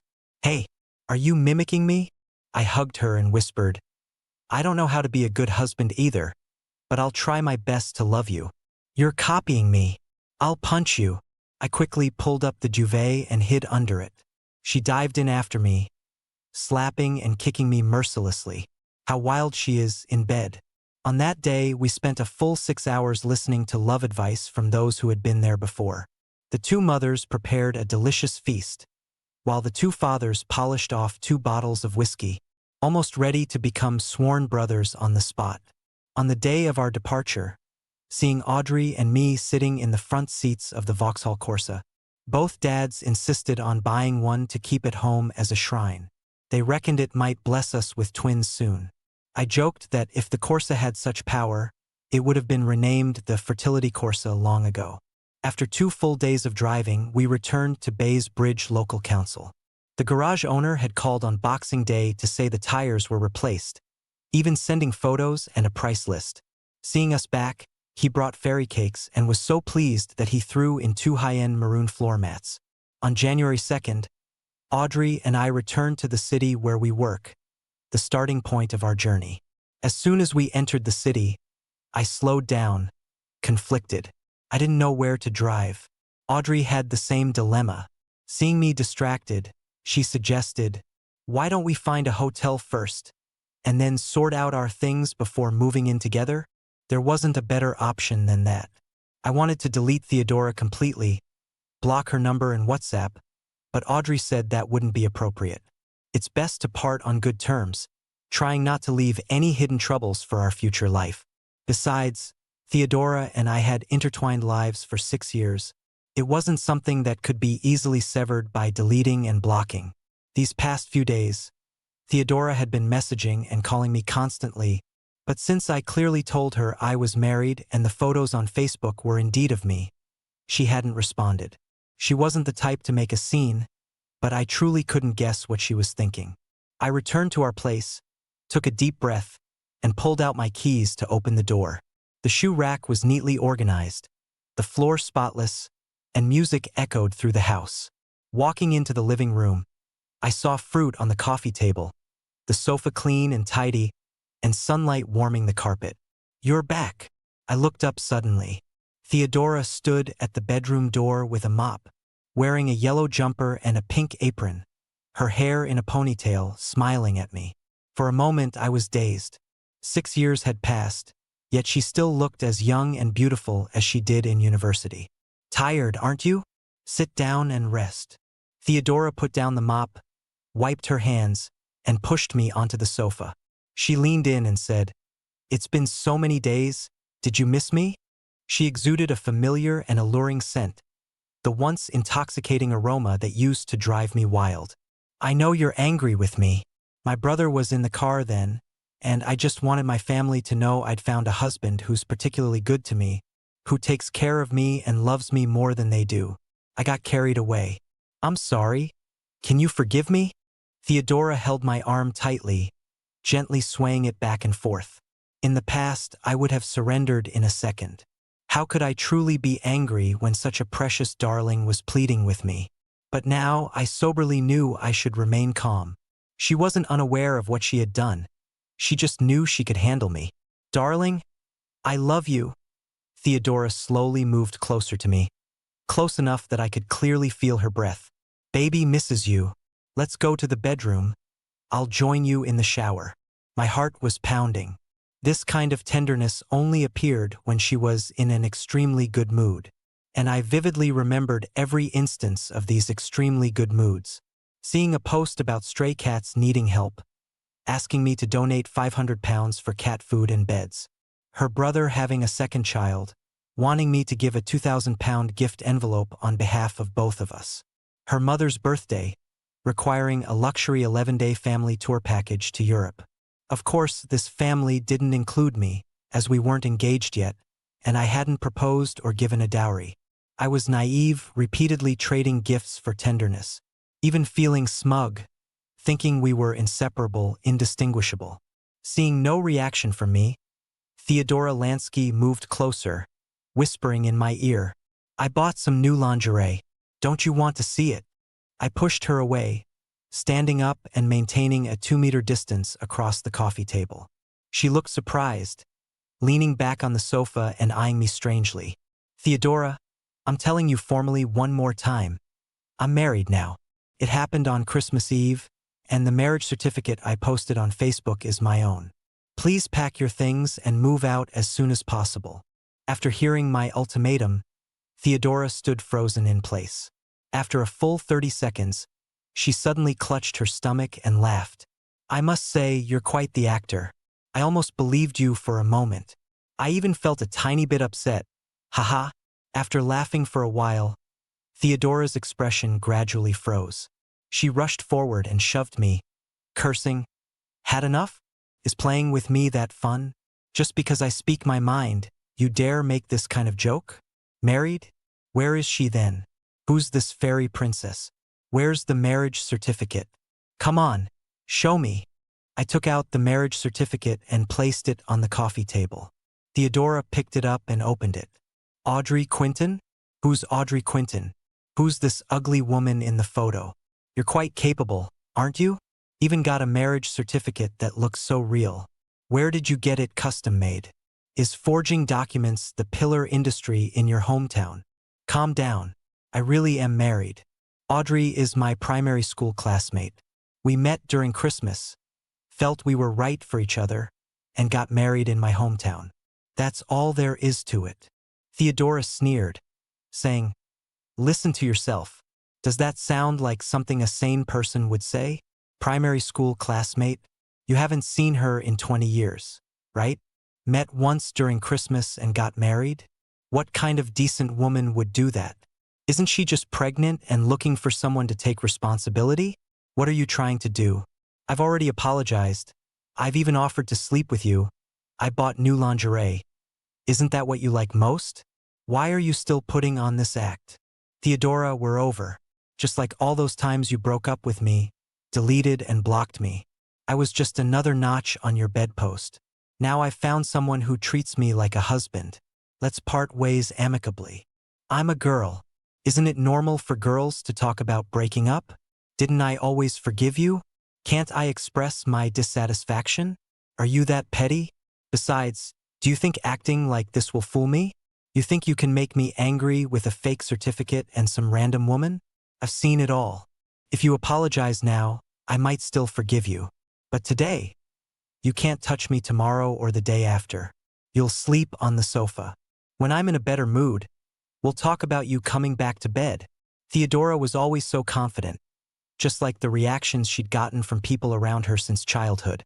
She was always right, and even when she was wrong, someone would voluntarily apologize, take the blame, and beg for her forgiveness. I nodded, went to the study to collect my laptop and work essentials, then gathered a few clothes from the bedroom and packed them into a box. Theodora followed me, berating, "What are you doing? Running away from home? Fine, go ahead. You're acting more like a woman than I am. If you dare walk out that door today, don't ever come back." I silently finished packing, walked to the door, and turned back to say, "We've been together for 6 years. Today is the first time I've dared to breathe freely. I'll say it one last time. Please take your things away as soon as possible. In a week, I'll change the locks and sell the flat. We won't need to see each other again after that. I wish you happiness." Closing the door, leaving this home where Theodora and I had lived together for 6 years, I had never felt so calm. It was like 8 years ago when I left home for university, feeling that the sunlight ahead was particularly good. I returned to the hotel. Audrey wasn't there. After sending her a message, I started organizing my work, reporting to the company that I'd be back tomorrow, and sorting out the things I'd neglected these past few days. Good colleagues at the company, knowing I was back, all said they wanted to throw a lively party. So I started looking up hotel information and calling around to ask about venues. After bustling about for half a day, I looked at the clock and saw it was already past 7 p.m., but Audrey still hadn't replied to my message. Feeling uneasy, I called her. The phone rang a few times before being hung up. I called again and it was hung up again. Was she in a meeting?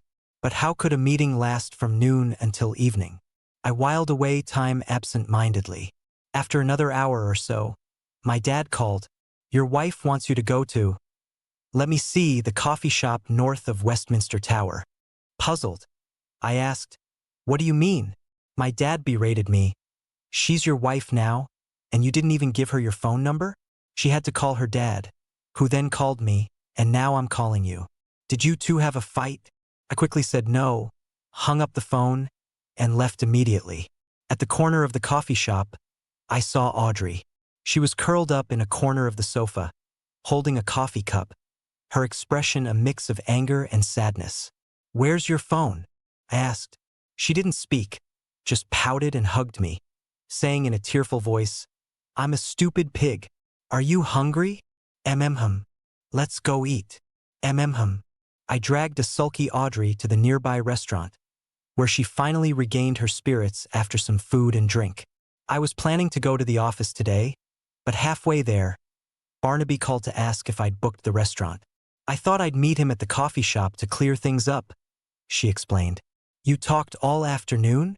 "No, he was late as usual. We barely spoke before he snatched my bag and what?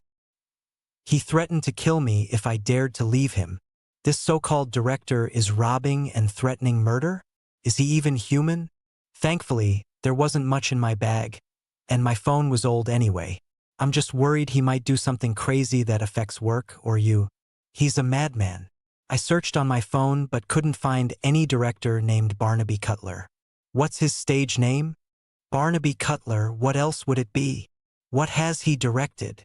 Audrey thought for a moment, then shook her head. I don't know. He's always talking about big projects in the works, collaborating with either Tom Hardy or Emma Watson. I looked at Audrey's confused face, her lips glistening with oil, her eyes full of wisdom, and couldn't help but sigh. There's one born every minute, and I married her. What do you mean?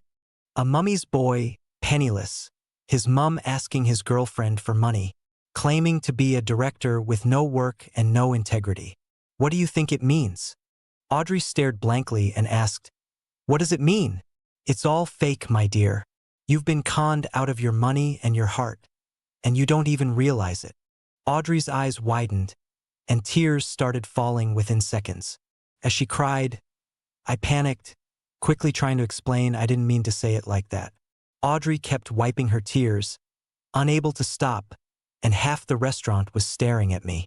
With my scalp tingling under the intense gazes, I suddenly had an idea and called out to the waiter, Excuse me, can we have another portion of bangers and mash, please?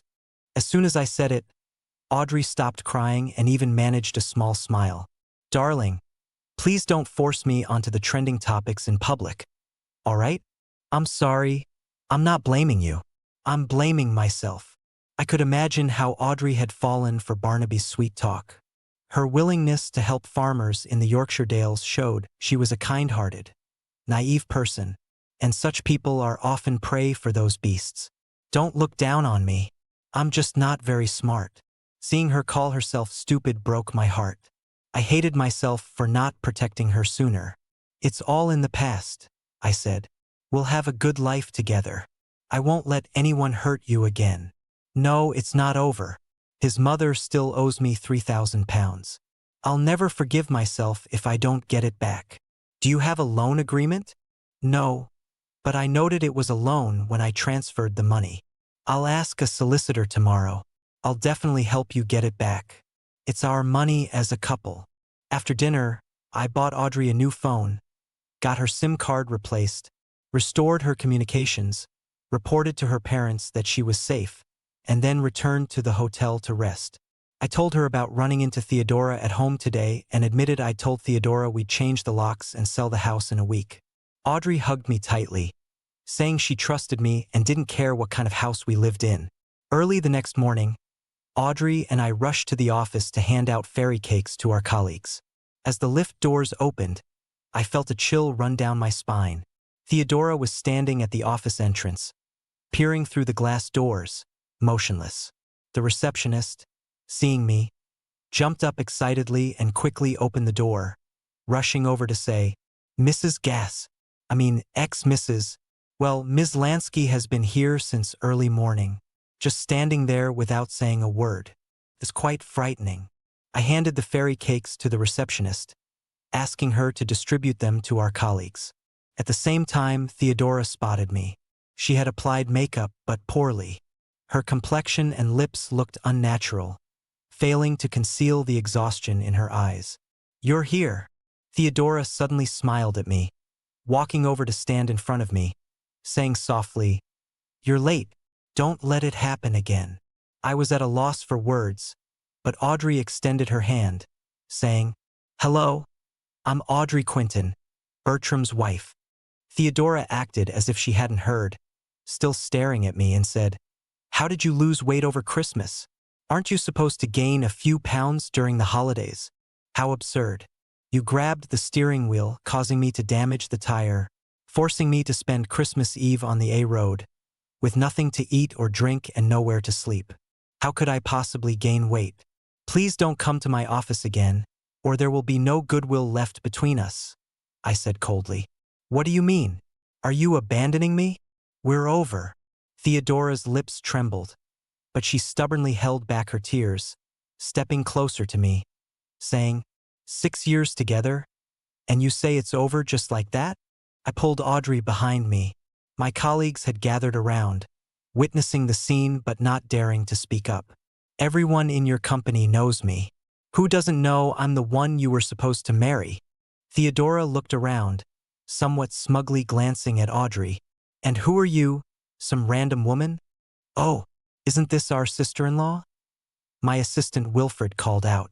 Yes, this is our real sister-in-law. Another colleague, Winifred, chimed in. Hello, sister-in-law. Sister-in-law, you're so beautiful. You and Bertram are perfect together. It's meant to be.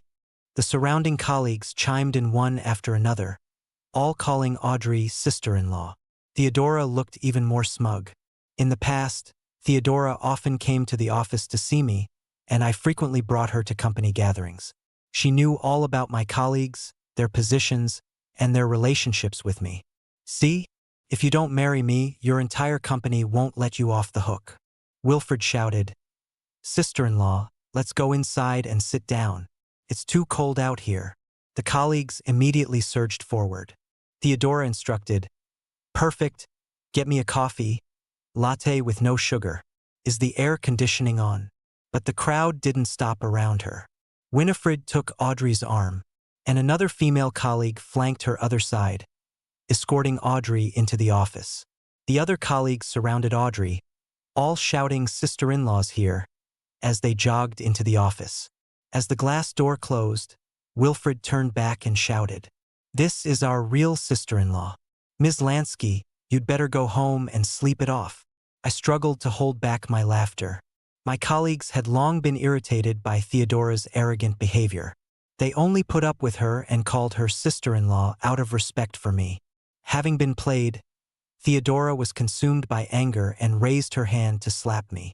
I was prepared. After all these years, I knew her every move by heart. I deflected her arm and said sternly, This is the last time I'll tell you. I'm married now. Please have some self-respect. Why? Why are you treating me like this? How have I wronged you? Theodora demanded. Why don't you think about why none of these colleagues like you? Theodora's eyes dimmed. She wasn't stupid. She had always been a top student, with no lack of intelligence or emotional quotient. She was just addicted to the feeling of being the center of attention, unwilling to face the real world. If every mistake could be blamed on others, why bother with self-reflection? Marrying Audrey was my careful decision, not an impulse or a show for you. She's the one I want to spend my life with. She always considers me first, and with her, there's no room left for you in my heart. So I don't want you interfering in our lives. The 2,400 square foot house, you bought it for her. The garden, the cats, all for her. Theodora pressed the lift button and walked into the car, turning her back to me, disappearing behind the closing doors. I composed myself and walked into the office, where all my colleagues were gathered around Audrey. Wilfred said, Sister-in-law, you don't know, my brother used to be a love-struck fool. We all called him the big idiot of love. He did everything Theodora wanted. I've never been in a relationship, but I've read online stories. A pushover will end up with nothing in the end.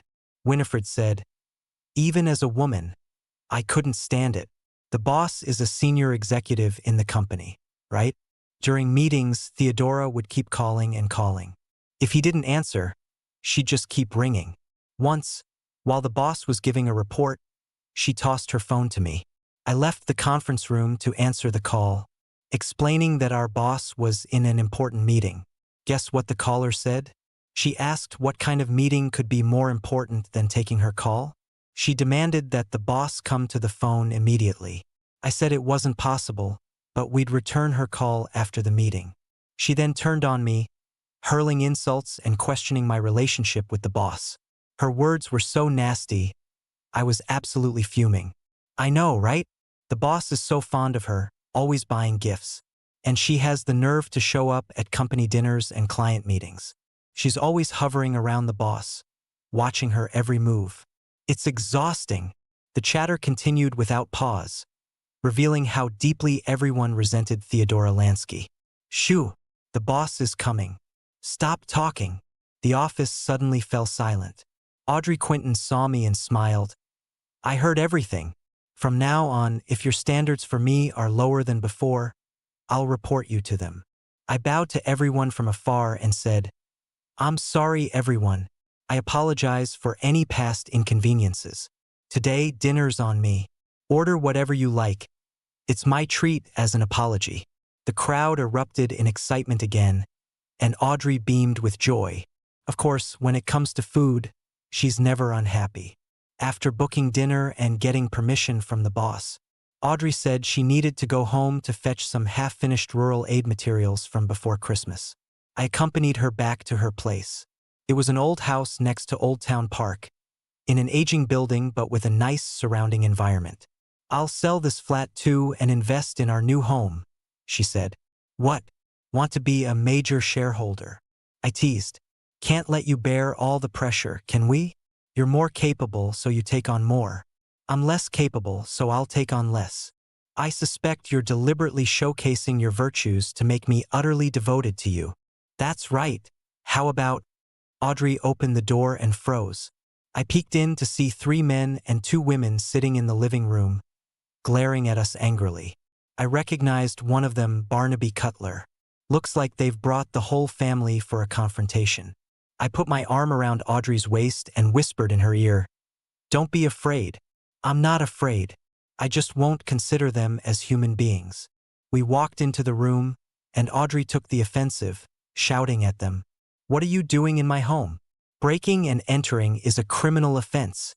Barnaby Cutler's mother, a short, plump woman with curly hair and penciled eyebrows, adorned with gold jewelry, had taken off her shoes and was half lying on the sofa. She yelled at Audrey, You're home? Once you got with my Barnaby, you became his property. Your home is his home. Now you want to break up with my son? You deserve to be beaten to death, you know that? Barnaby chimed in. Aren't you going to apologize to my mum? Apologize? For what? For no longer being manipulated by you, a mummy's boy? Or for not protecting the reputation of a fake director? Don't you know how disgusting you are? I won't let you insult my profession. This is a huge disrespect to the British film industry. As the 3 of them argued more fiercely, I held Audrey back and told her that the others were trying to muddy the waters. I advised her not to be led astray and to focus on the main points. Audrey nodded and said to Barnaby, One person from your family can stay. Let's settle accounts, and everyone else keep quiet. The plump woman jumped in. I'll settle with you. We came here today to do just that. She took out a small notebook, licked her finger to turn the pages, and began reading loudly. You and my son dated for 418 days. He spent £2.75 on gifts, £1.32 on meals, 55p on tube and taxi fares, £1.28 on cinema tickets, £3.66 on coffee, takeaways, etc., £8.60 on hotel rooms, and 69p on contraceptives. The total is £18.85, which you need to repay my son. When she mentioned the £8.60 for hotel rooms, Audrey's body noticeably trembled. I didn't care about the hotel rooms or contraceptives. The past is the past. What intrigued me was that after dating for over a year, Barnaby had only spent this pittance on Audrey. If it were Theodora Lansky, this amount wouldn't even cover her spending for a day. You shameless git. Telling your mum about booking a hotel room? How pathetic can you get? Audrey Quinton lashed out. Barnaby Cutler smirked smugly, saying, I had my mum keep track just in case of a day like this. The clothes you're wearing, from top to bottom, inside and out, I bought them all. That jacket alone cost over £150. Give them back to me. The short, plump woman jumped up and shouted, No way! How can my son return anything to you? He's a big-shot director, you're not good enough for him. This little bit is just compensation for dating you. What a bunch of nutters. What about the £30,000 you borrowed from me? A flicker of panic crossed the plump woman's eyes, but she quickly became belligerent again, yelling, What £30,000? I don't know anything about that. Stop slandering us. I have the bank transfer records. The note clearly states it was a loan to you. You can't deny it. Without a written agreement, It won't hold up in court. Besides, you owe my son £418,000 for emotional distress. My son's a big director wasting his time dating you. £1,000 a day is cheap for you. Faced with such a brazen middle-aged woman, Audrey was completely overwhelmed. Barnaby's father, a scrawny old man with beady eyes, had been leering at Audrey since he entered, his gaze never wavering. His brother lounged on the beanbag, cursing at his teammates while playing on his mobile. The sister was even more outrageous, piling Audrey's underwear, outerwear, trousers, and socks onto the dining table, picking through them and stuffing them into her own jute bag. "Get out!" Audrey finally exploded with anger and disappointment, shouting at Barnaby's family.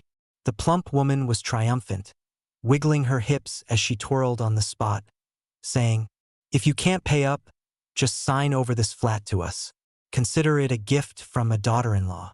It's a bit small though, you'd better buy us a bigger one. Oh, and transfer your car to my son, or we're not leaving." Barnaby glanced at us sideways, seemingly proud of his mother's behavior. "Get out! All of you, get out!" Seeing Audrey about to lose it, I grabbed her and dragged her out the door, all the way to the park outside the estate. She kept stomping her feet in fury. Even if we called the police now, Barnaby could use his status as her ex-boyfriend to turn this into a domestic dispute.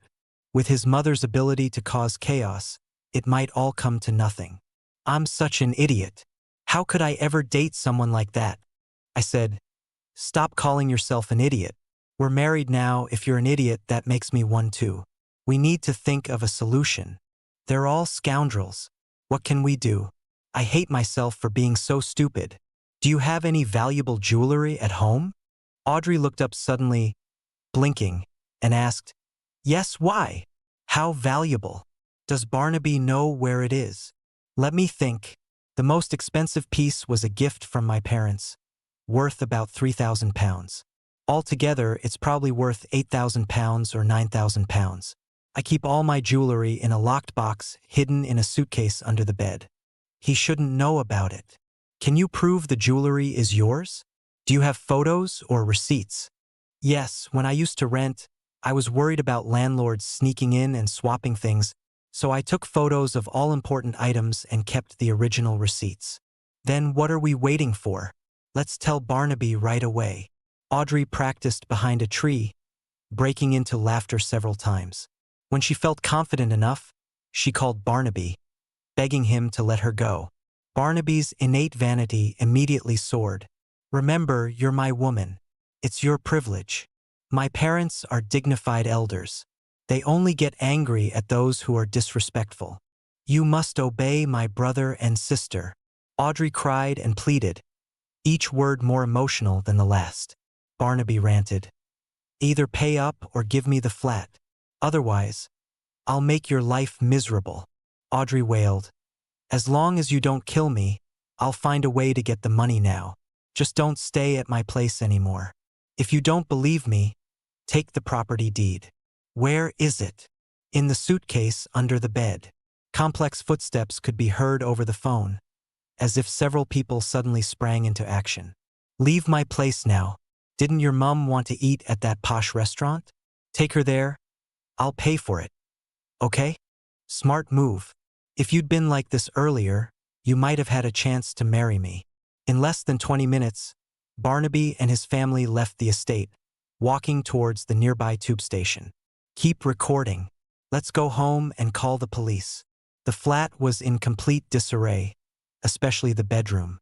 As expected, the jewelry box was gone. Barnaby Cutler's sister had taken not only underwear and socks but also the precious jewelry box. How could she resist such valuable items? This area was home to many retired civil servants, so the police response was particularly swift, arriving at the scene within minutes. Audrey Quinton recounted the burglary process to the officers. Her ex-boyfriend, Barnaby Cutler, had abandoned her at a community center on Christmas Eve, prompting Audrey to end their relationship. However, Barnaby refused to accept this, and shockingly, he and his family broke into her flat to wait for her return.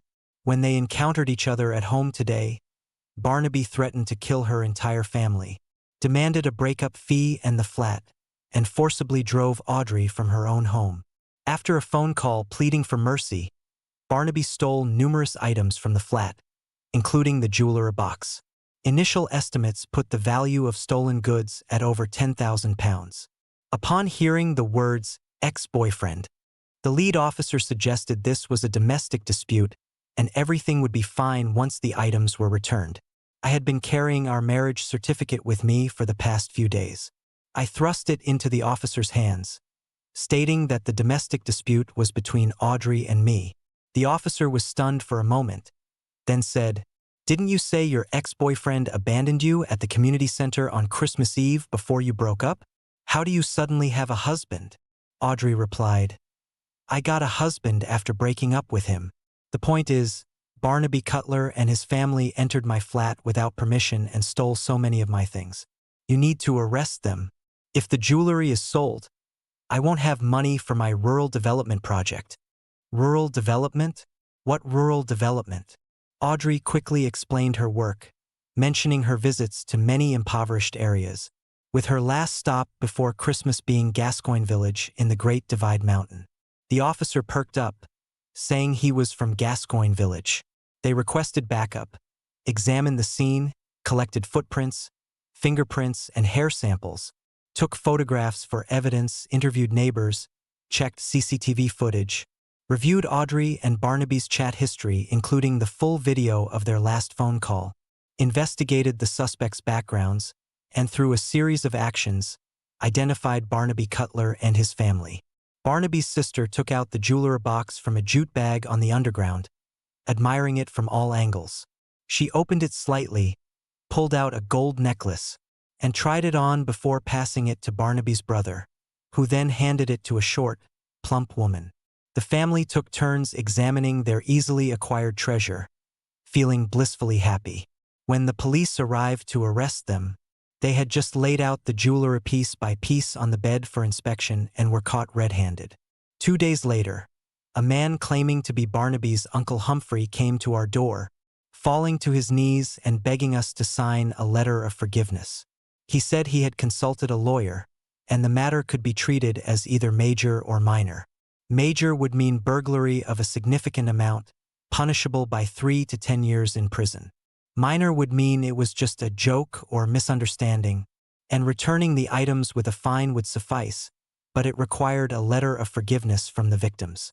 Uncle Humphrey, with tears and snot, began recounting Barnaby's upbringing, how he had excelled in both academics and character from a young age, harbored dreams, was passionate about arts, and had a wide social circle, making him an exceptional talent. He argued that imprisoning such a brilliant young director over a few necklaces and trinkets would be a loss to the nation, so we must sign the letter of forgiveness. Audrey and I exchanged glances. The saying goes, "A man on his deathbed speaks kindly," but it seemed not to apply to this family. We told Uncle Humphrey that we would sign the letter of forgiveness, but under 5 conditions. First, they must compensate for the stolen jewelry and clothes. Uncle Humphrey said no problem, he would take care of it. Second, the Jaguar and mobile phone Barnaby took must be returned. The car should undergo a thorough service and inspection, and the tank must be filled. Uncle Humphrey said of course that's only right and guaranteed their return. Third, they must repay the £30,000 Barnaby's mother had borrowed, plus interest. Uncle Humphrey's face broke out in sweat, but he gritted his teeth and said he would repay it even if he had to take out a loan. Fourth, they must write a written apology and record a video admitting guilt and wrongdoing. We promised not to make it public, but if Barnaby's family ever harassed us again, we would post it online. Uncle Humphrey didn't speak, just nodded. Fifth, they must never enter Audrey's life again, not even crossing paths on the street. Uncle Humphrey burst into tears, saying we were forcing his family into exile. After crying, Uncle Humphrey took out the letter of forgiveness and handed it to Audrey, saying, "I've agreed to everything, please sign it." Audrey, linking arms with me, said, "We'll sign when everything is done, but you'd better hurry. I heard the police say there's a crackdown recently." Uncle Humphrey cried out, Where am I supposed to get that much money so quickly? Are you trying to drive me to my death? Barnaby is so promising. Can't you just let him off? I said, instead of wasting time crying, you'd better think of a solution. But understand this. Even if you don't give us these things, we'll get them back anyway. After Uncle Humphrey left, Audrey sighed and said, if he could truly reform, I'd be willing to forgive him. Do you think I'm being too soft-hearted? I replied, I don't mind if you're soft-hearted, but there's something else that needs to be soft every night. Audrey looked puzzled for a moment before she caught on, then chased after me, playfully hitting me. Theodora Lansky had moved out all her belongings, as if she had never lived here at all. I changed the locks, listed the house with an estate agent, and temporarily moved in with Audrey Quinton to live together. But I never imagined that just when I thought Theodora Lansky had accepted reality and left dejectedly, never to go mad again, she would deliver another heavy blow. That day, as soon as I entered the office, the boss called me into his room. He looked at me with a complex expression, offering tea and cigarettes, preparing for a long time before saying, I believe you. When the boss says this, it means there's big trouble. Several clients have received complaint letters about you. Take a look. The boss handed me some photos. I glanced at them and felt my lungs would explode with anger. Theodora had formally reported that I, as her fiancé, had been two-timing for a long time, cheating with other women, and had secretly gotten married in my hometown during Christmas. She claimed I had deceived her for 6 years, causing her enormous physical and psychological damage. She even attached intimate photos of us from the past 6 years and our chat history from before Christmas, when I still called her baby. From an outsider's perspective, one moment I was lovey-dovey with Theodora, and a few days later I was a married man. If I wasn't a habitual cheater, it would be strange. I believe you, but it's hard to judge personal matters. You'd better step back from the company projects for now and lay low for a while. As I walked out of the office, all my colleagues were looking at me.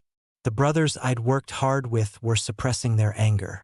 Wilfred Chatwin even messaged saying if I resigned, he would too, and he'd follow me wherever I went. All morning, the phone messages kept coming. Many clients who had become friends were asking what was going on. There were too many. My mind was in chaos. I could only reply that the truth would come out in time. Near lunchtime, Audrey told me that several entrepreneurs who had been cooperating with her charity work had suspended their partnerships. I explained my situation, and Audrey dejectedly said it was for the same reason on her end. Even if I had cheated, Audrey was also a victim. Why would they terminate her charitable activities? Audrey said these entrepreneurs avoid such situations at all costs. After all, they can donate money to anyone. By noon, I had been kicked out of all project groups and workflows, becoming the only lone wolf still on the company payroll. At the peak of my anger, I really wanted to find Theodora and give her a good scolding. After calming down, I thought about having a proper talk with her, but I knew it would be useless. I knew Theodora too well. She was the type to hurt herself badly just to hurt her enemy a little. Neither scolding nor persuading would change her mind. Moreover, it was too late to do anything now. This kind of scandalous gossip would spread throughout the entire industry within an hour. Even if Theodora tried desperately to make amends, it would be impossible to restore things to how they were before. I had a vague feeling that the career I had fought and struggled for over many years might be saying goodbye to me. Do you regret it? Audrey messaged me. I do, I said. After a long wait, she replied. Then maybe, I said.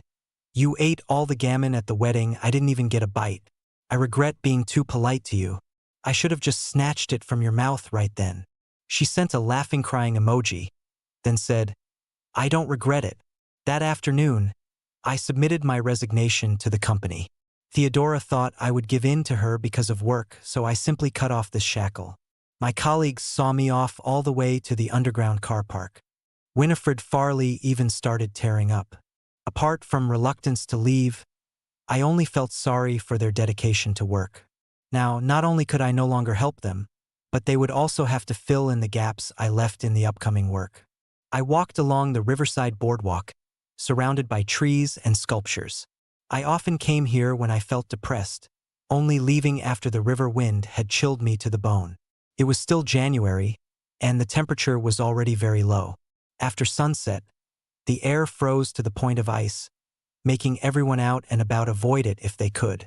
I needed to think about what to do next. Audrey and I had just gotten married, and now I was unemployed, even affecting her work. Although we wouldn't have problems with food, life shouldn't be like this. Thinking it over, it was all a mess.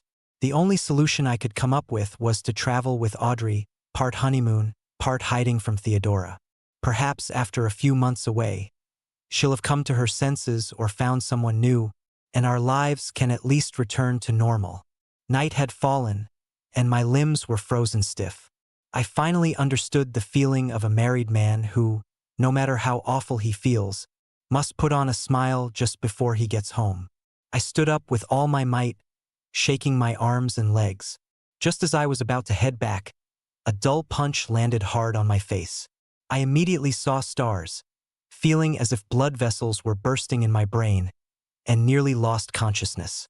Through the haze, I saw two dark figures standing before me, one tall and one slender. The tall figure was close to me. Seeing that I hadn't passed out, he grabbed my collar and yanked me up, then kicked me in the stomach. I felt myself flying backwards, not far, but landing solidly on the corner of a stone bench, my spine aching to the bone. These two heavy blows activated my previously frozen body, blood rushing wildly inside. I crawled a few steps towards the side of the stone bench. The shadows followed, their faces revealed in the streetlight. It was Crispin and Theodora Lansky. Know what happens when you mess with my sister? Crispin stepped on my hand and crouched down, gripping my throat. I was beyond caring now, and through the pain I said, "Yeah, parasites like you can't afford to eat or drink, so you and your sister live like rubbish." Damn! Crispin ground his foot into my hand. Listen up. The consequence of messing with my sister is a fate worse than death. There are cameras everywhere. You won't get away with this. Get away? You think I haven't done time? Worst case, I'll do a few more years. I'll take your arm off to make my sister feel better. Wait, brother. Theodora ran over, pushing Crispin away. She crouched in front of me, wiping the dirt from my face with her hand. Let's make up, she said. I promise I'll cherish and love you from now on, and never throw tantrums again. She continued, I don't need a castle or a carriage and ball.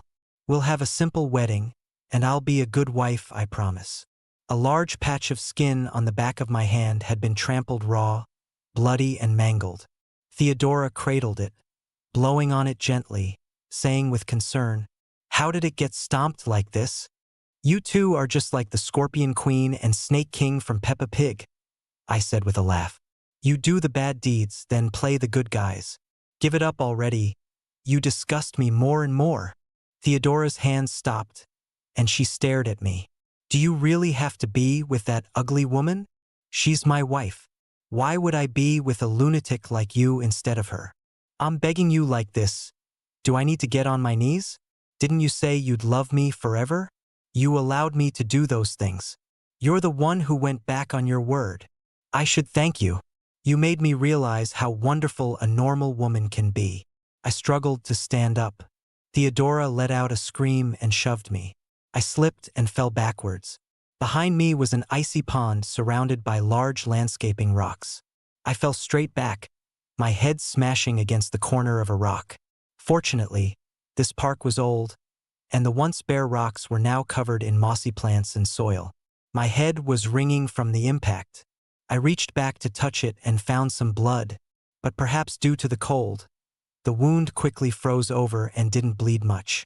These past few days, I realized I don't want to live without you, Theodora said, walking towards me step by step. I used to think you were nothing special, that I could easily find someone better. But I was wrong. I've grown used to having you by my side, but I realized it too late. You're so cruel, not even giving me one chance to change. Crispin rushed over, grabbing my neck and pressing me down at Theodora's feet. He asked, Sis, should I stomp his manhood to bits? Let's see if that dam still wants him then. I'm asking you one last time, will you reconcile with me? Theodora said. Even if I freeze to death right here, I don't want to have anything to do with you ever again, I replied. Crispin grabbed my hair and slammed my head against the ground. My nose stung, and a sticky liquid began to flow. You've wasted 6 years of my sister's life. Don't you think you owe her some compensation? He sneered. I wiped the blood from my nose with my sleeve and asked, How much do you want? 100,000 pounds a year. Your family's well off, surely you can afford that. Oh, and transfer the deed of your house to me. Then we'll be even. Dream on, Theodora. In the 6 years we've been together, have I ever let you spend a penny? How dare you ask for compensation? And you, her good-for-nothing brother, who do you think you are? Fancy a stint in prison? You've already broken my arm and nose. You're looking at 3 years minimum. Better find a solicitor quick. If 3 years isn't enough for you, why don't you just kill me? You can both face the gallows together. Are you threatening me? Crispin picked up a stone from the ground and raised it towards my head. Halfway through his swing, Theodora stopped him. Let's just leave it, she said quietly to Crispin. What, and let him off scot-free? We need at least some money for living expenses. I can't support you. I'll talk to him. Crispin lowered the stone and walked a few steps away. Theodora's face softened into a mask of concern. I don't want your money. Just give me the house. That woman you're with must be well off too, right? You can go live with her. And don't you dare make a fuss about what happened today. No going to the police. You wouldn't want your job to be affected any further, would you? I let out a cold laugh through bloodied lips. It won't be affected anymore. I've already resigned. Theodora stared at me in disbelief. I said firmly, You won't get anything else from me. Tomorrow I'm leaving this place. I'm going somewhere you'll never find me. You won't bother me again. Fine, then this is it. I mean it. I don't want the house anymore, and I don't want your money. Go be with her. We'll see how long you two last. Worry about yourself. You reported me, and all I lost was my job. But think about who would want to marry you now. Theodora stood up and walked over to Crispin. She glanced at me, then turned and wrapped her arms around Crispin's neck. Crispin looked at me briefly before leaning in to kiss Theodora. They began passionately kissing just a few meters away from me, lost in each other, as if I wasn't even there. Like a couple who had been in love for years, reuniting after a brief separation.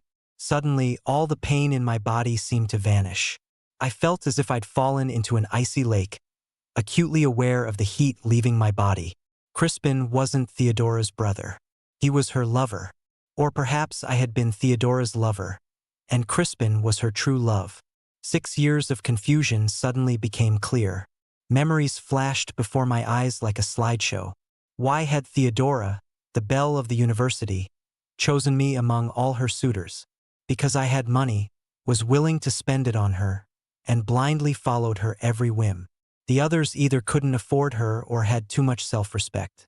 Why did Crispin always stay in posh hotels when he came to the city? It wasn't Crispin who wanted to stay there. It was Theodora. Every penny Theodora Lansky took from me became a stepping stone for her and Crispin's happy life together. The bride price of 88,000 pounds, and they even wanted me to buy a house for Crispin. Perhaps they had planned it all along, waiting for the right moment to cast me aside and fly off together. Theodora was even confident enough to make me feel it was all my fault. I felt drained of all energy, lying beneath the stone, wanting to cry out but unable to make a sound. Boss! Boss! Where are you? Suddenly, Winifred Farley's voice came from a distance. Theodora alertly pushed Crispin away and said to me, You wouldn't want the whole community to know you've been wearing antlers for 6 years, would you? Let's pretend we never met tonight. This ends here, we'll go our separate ways. With that, she and Crispin quietly slipped away. Boss! Wilfred Chatwin and Winifred found me, along with 5 other colleagues. Audrey was there too. Your wife said she couldn't find you. She was worried sick. How did you get hurt? I said, I came here to clear my head and took a tumble. But these injuries don't look like they're from a fall. You! Audrey took my arm from Winifred and said, "Let me handle this. You've all worked hard, you should head back now." "Audrey, are you sure? We should take the boss to the hospital first." I waved my hand and said, "My car's just nearby. Audrey can take me. It's just a few scrapes. Nothing serious." "Are you sure it's nothing?" "Really, it's fine." "Then we'll at least escort you to the car." I was helped into the passenger seat, and Audrey started the car. At the hospital, after a thorough examination, fortunately, no bones were damaged. My head and hand were bandaged, and I sat receiving an 4 drip for inflammation. Unable to sleep, I noticed Audrey staring at me, making me feel uneasy. I said, "I'm fine, stop staring at me. Why don't you rest a bit?" Audrey's lips quivered, and tears started falling. Alarmed, I quickly tried to wipe them away with my bandaged hand. "You're not being honest with me," she said, sounding hurt. "How am I not being honest? You got this hurt talking to your ex, and you're still trying to hide it from me." I tensed up. "You saw them. I watched them find you." I thought about the time from when Crispin's first punch landed on my face until they kissed. It must have been at least 15 minutes. "And you didn't come to help me?" "If I couldn't help, where did those colleagues come from? If you couldn't beat them, how could I? I had to call for help first." "Then you must have seen Theodora and her brother snogging, right?" Audrey's dim eyes suddenly lit up. She grabbed my bandage and said, "No, I went to get them. Tell me everything. Quick." I had no choice but to report the night's events in detail. When I got to the part about Theodora and Crispin being secret lovers, Audrey's expression was like watching the climax of a film. "That's incredible. Your ex, and you." She patted me, though I wasn't sure if it was meant to be comforting. "They probably won't bother us again, but I can't go back to the company now. Do you have any plans? You've been out in the cold all night after all." I shook my head. "Why don't you come help with the rural support project with me? Your internet skills would be a huge help." "Me? Rural support?" I had never considered it, but seeing Audrey's excitement, I suddenly wanted to give it a try. The policeman who came to the house last time said there are several villages in the Yorkshire Dales near his hometown, Gascoigne Village. The government's poverty alleviation efforts have ensured they have food to eat and clothes to wear, but many of their agricultural products can't be sold. I want to go and see. There are also a few local entrepreneurs who want to give back to their hometown. So, I'll go with you. Just to be clear, I can't pay you a salary, but as long as we're doing good, there will always be some income. After recuperating at home for over a month, I had put on a bit of weight. With time on my hands, I sent detailed explanation emails to each affected client. Most of them were understanding and said it wouldn't affect the cooperation between our companies. They also expressed regret when they learned I had left the industry. Audrey's rural support work quickly returned to normal. In this day and age, many things are easily forgotten. Humphrey Cutler, Barnaby's uncle, somehow managed to scrape together some money and paid back £30,000. The car was returned, but the phone had been smashed by Barnaby in a fit of anger, so he paid £500 for depreciation. Uncle Humphrey stated that Barnaby's family had sworn never to bother us again, or they'd be struck by lightning and torn apart by wild horses. They couldn't afford the interest on the £30,000, and they still owed a large sum to the lawyer. After receiving the written guarantee, Audrey signed the understanding agreement, and Barnaby Cutler's parents and brother were quickly released. As for the other 2 people, we didn't have time to deal with them anymore. Audrey took me and I brought supplies to the Yorkshire Dales. I couldn't stand it on the first day. It wasn't that the mountain roads were difficult to traverse, but it was just too far. Audrey sent photos of the village to the police officer, who said that a few years ago it was still very backward, with no roads or electricity. But now they've all been connected, and the mountain roads have even become flat. However, despite the improvement in infrastructure, most villagers still maintained their old way of life and were generally resistant to new things. It was then that I understood what Audrey meant when she said I could be of great help. To help people, you first need to help their mindset.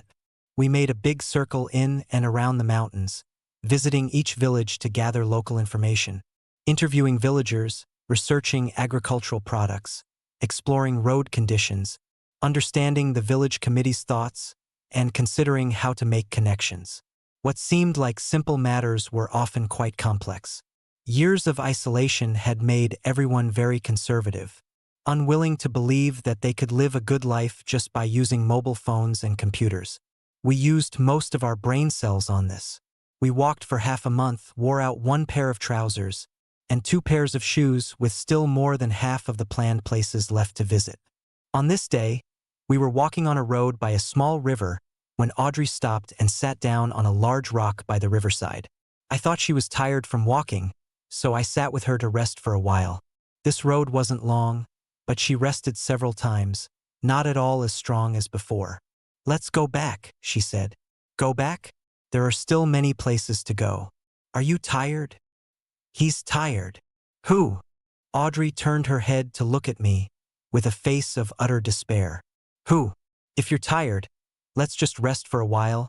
There's no rush," I said. "Him." Audrey touched her belly. I was stunned for a moment. "You're pregnant." "I think so. It's over. I'm done for. I'm still in the rising period of my career." Before she could finish, I grabbed her and started walking back. Helping the farmers would have to wait. I needed to help my child come into the world first. When I brought Audrey back home, the 4 parents had already arrived. Not only had they arrived, but they had also brought a bunch of things. The 6 of us looked at the 50-square-meter small house, at a loss. My dad was the first to break the awkward silence, constantly apologizing for not thinking about the house issue, saying Audrey had been inconvenienced. Then he took out his bank card, telling me to go buy a bigger place immediately. I had to explain that the original house had just been sold, and because we had been away, the paperwork hadn't been completed yet. We had already picked out a larger house before, paid the deposit. It was a ready-made house but not yet decorated. The 2 fathers waved their hands, saying they would take care of the decoration. And so, newly married, I was kicked out and went to stay in a hotel with my parents. My dad looked around for several days and finally managed to rent a room in the next building, at least able to take care of things from close by. A few days later, Audrey's parents also rented a room in that building, allowing me to move back in with Audrey. Audrey had strong pregnancy reactions, so she handed over all her work to me. I never imagined that less than a month into my new job, I'd become an indispensable figure in the Yorkshire Dales Agricultural Support Initiative. Caring for Audrey and researching rural aid became the 2 missions of my life. The more I delved into it, the more I realized how noble this cause was, stirring emotions in me that were beyond description. After learning of Audrey's pregnancy, many villagers we had previously helped traveled great distances to bring us free-range chickens, eggs, local produce, hand-stitched shoes, and family heirlooms like bangles. Some even brought videos of their entire village wishing her and the baby well. Audrey was moved to tears, almost wishing she could forgo the pregnancy to continue working in the countryside. Isn't this the kind of human interaction we should all strive for? Life finally seemed full of only good things. In late November, Audrey gave birth to a full-term baby girl. Considering we had only married on the 9th of January and had a child within the year, we had achieved what the older generation would call perfect timing. The natural birth allowed for a quick recovery, and she was ready to leave the hospital in less than a week. As I helped Audrey walk out of the hospital, a figure suddenly flashed by on the street. Neither of us got a clear look, and when we turned to look again, all we saw was a sea of people. Audrey seemed a bit worried, but I assured her I could protect both her and our daughter. After bringing the baby home, Audrey insisted on going with me to check out the Farley Mother and Baby Center. She sat in the passenger seat as I drove. Not long into our journey, we hit traffic. "It feels like a dream, being back on the motorway," she said. "For a moment there, I almost thought about looking for a drink to give you. Who could handle having another child just from a dream?" "I'm more than content with my 2 princesses," I replied.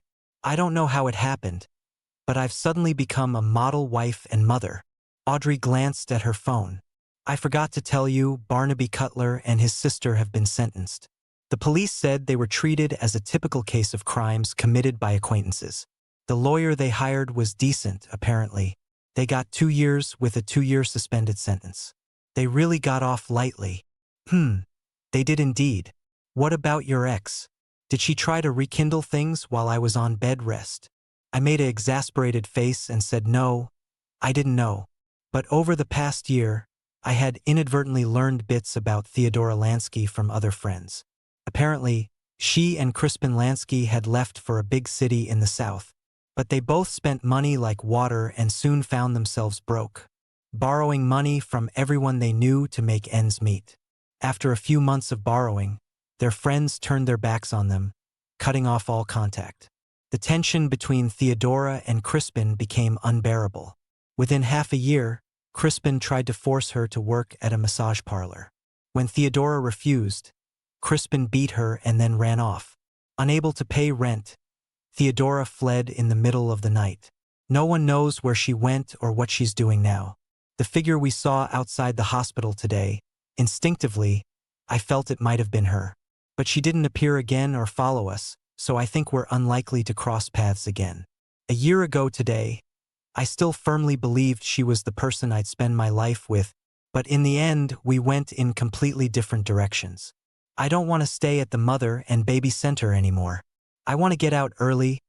Audrey suddenly grabbed my hand as I parked the car. A month is too long. I'll miss out on so much. You've just given birth and you want to work already? Won't our daughter hate me when she grows up? Then I'll rest at home. The mother and baby center costs so much, and I had a natural birth. Look how well I'm doing. I don't agree with that, and neither will our parents. I've already had the baby. I'm your boss now, you have to listen to me. Turn right up ahead. Take me somewhere. Where? The Kakaliki Soup Shop. I've thought of a name for our daughter. Let's call her Roast Ham Quinton. I'll punch you, but I do like her having my surname. I want to write down everything from when I met you to having the baby, to read at her wedding someday. Great idea, start writing then. I'll dictate, you write. Where should I start? Let's begin from that day on the motorway. Write this. Due to overtime, I was driving back home the day before New Year's. Little did I know that as soon as I got on the motorway, I'd receive terrible news about a multi-car pileup ahead.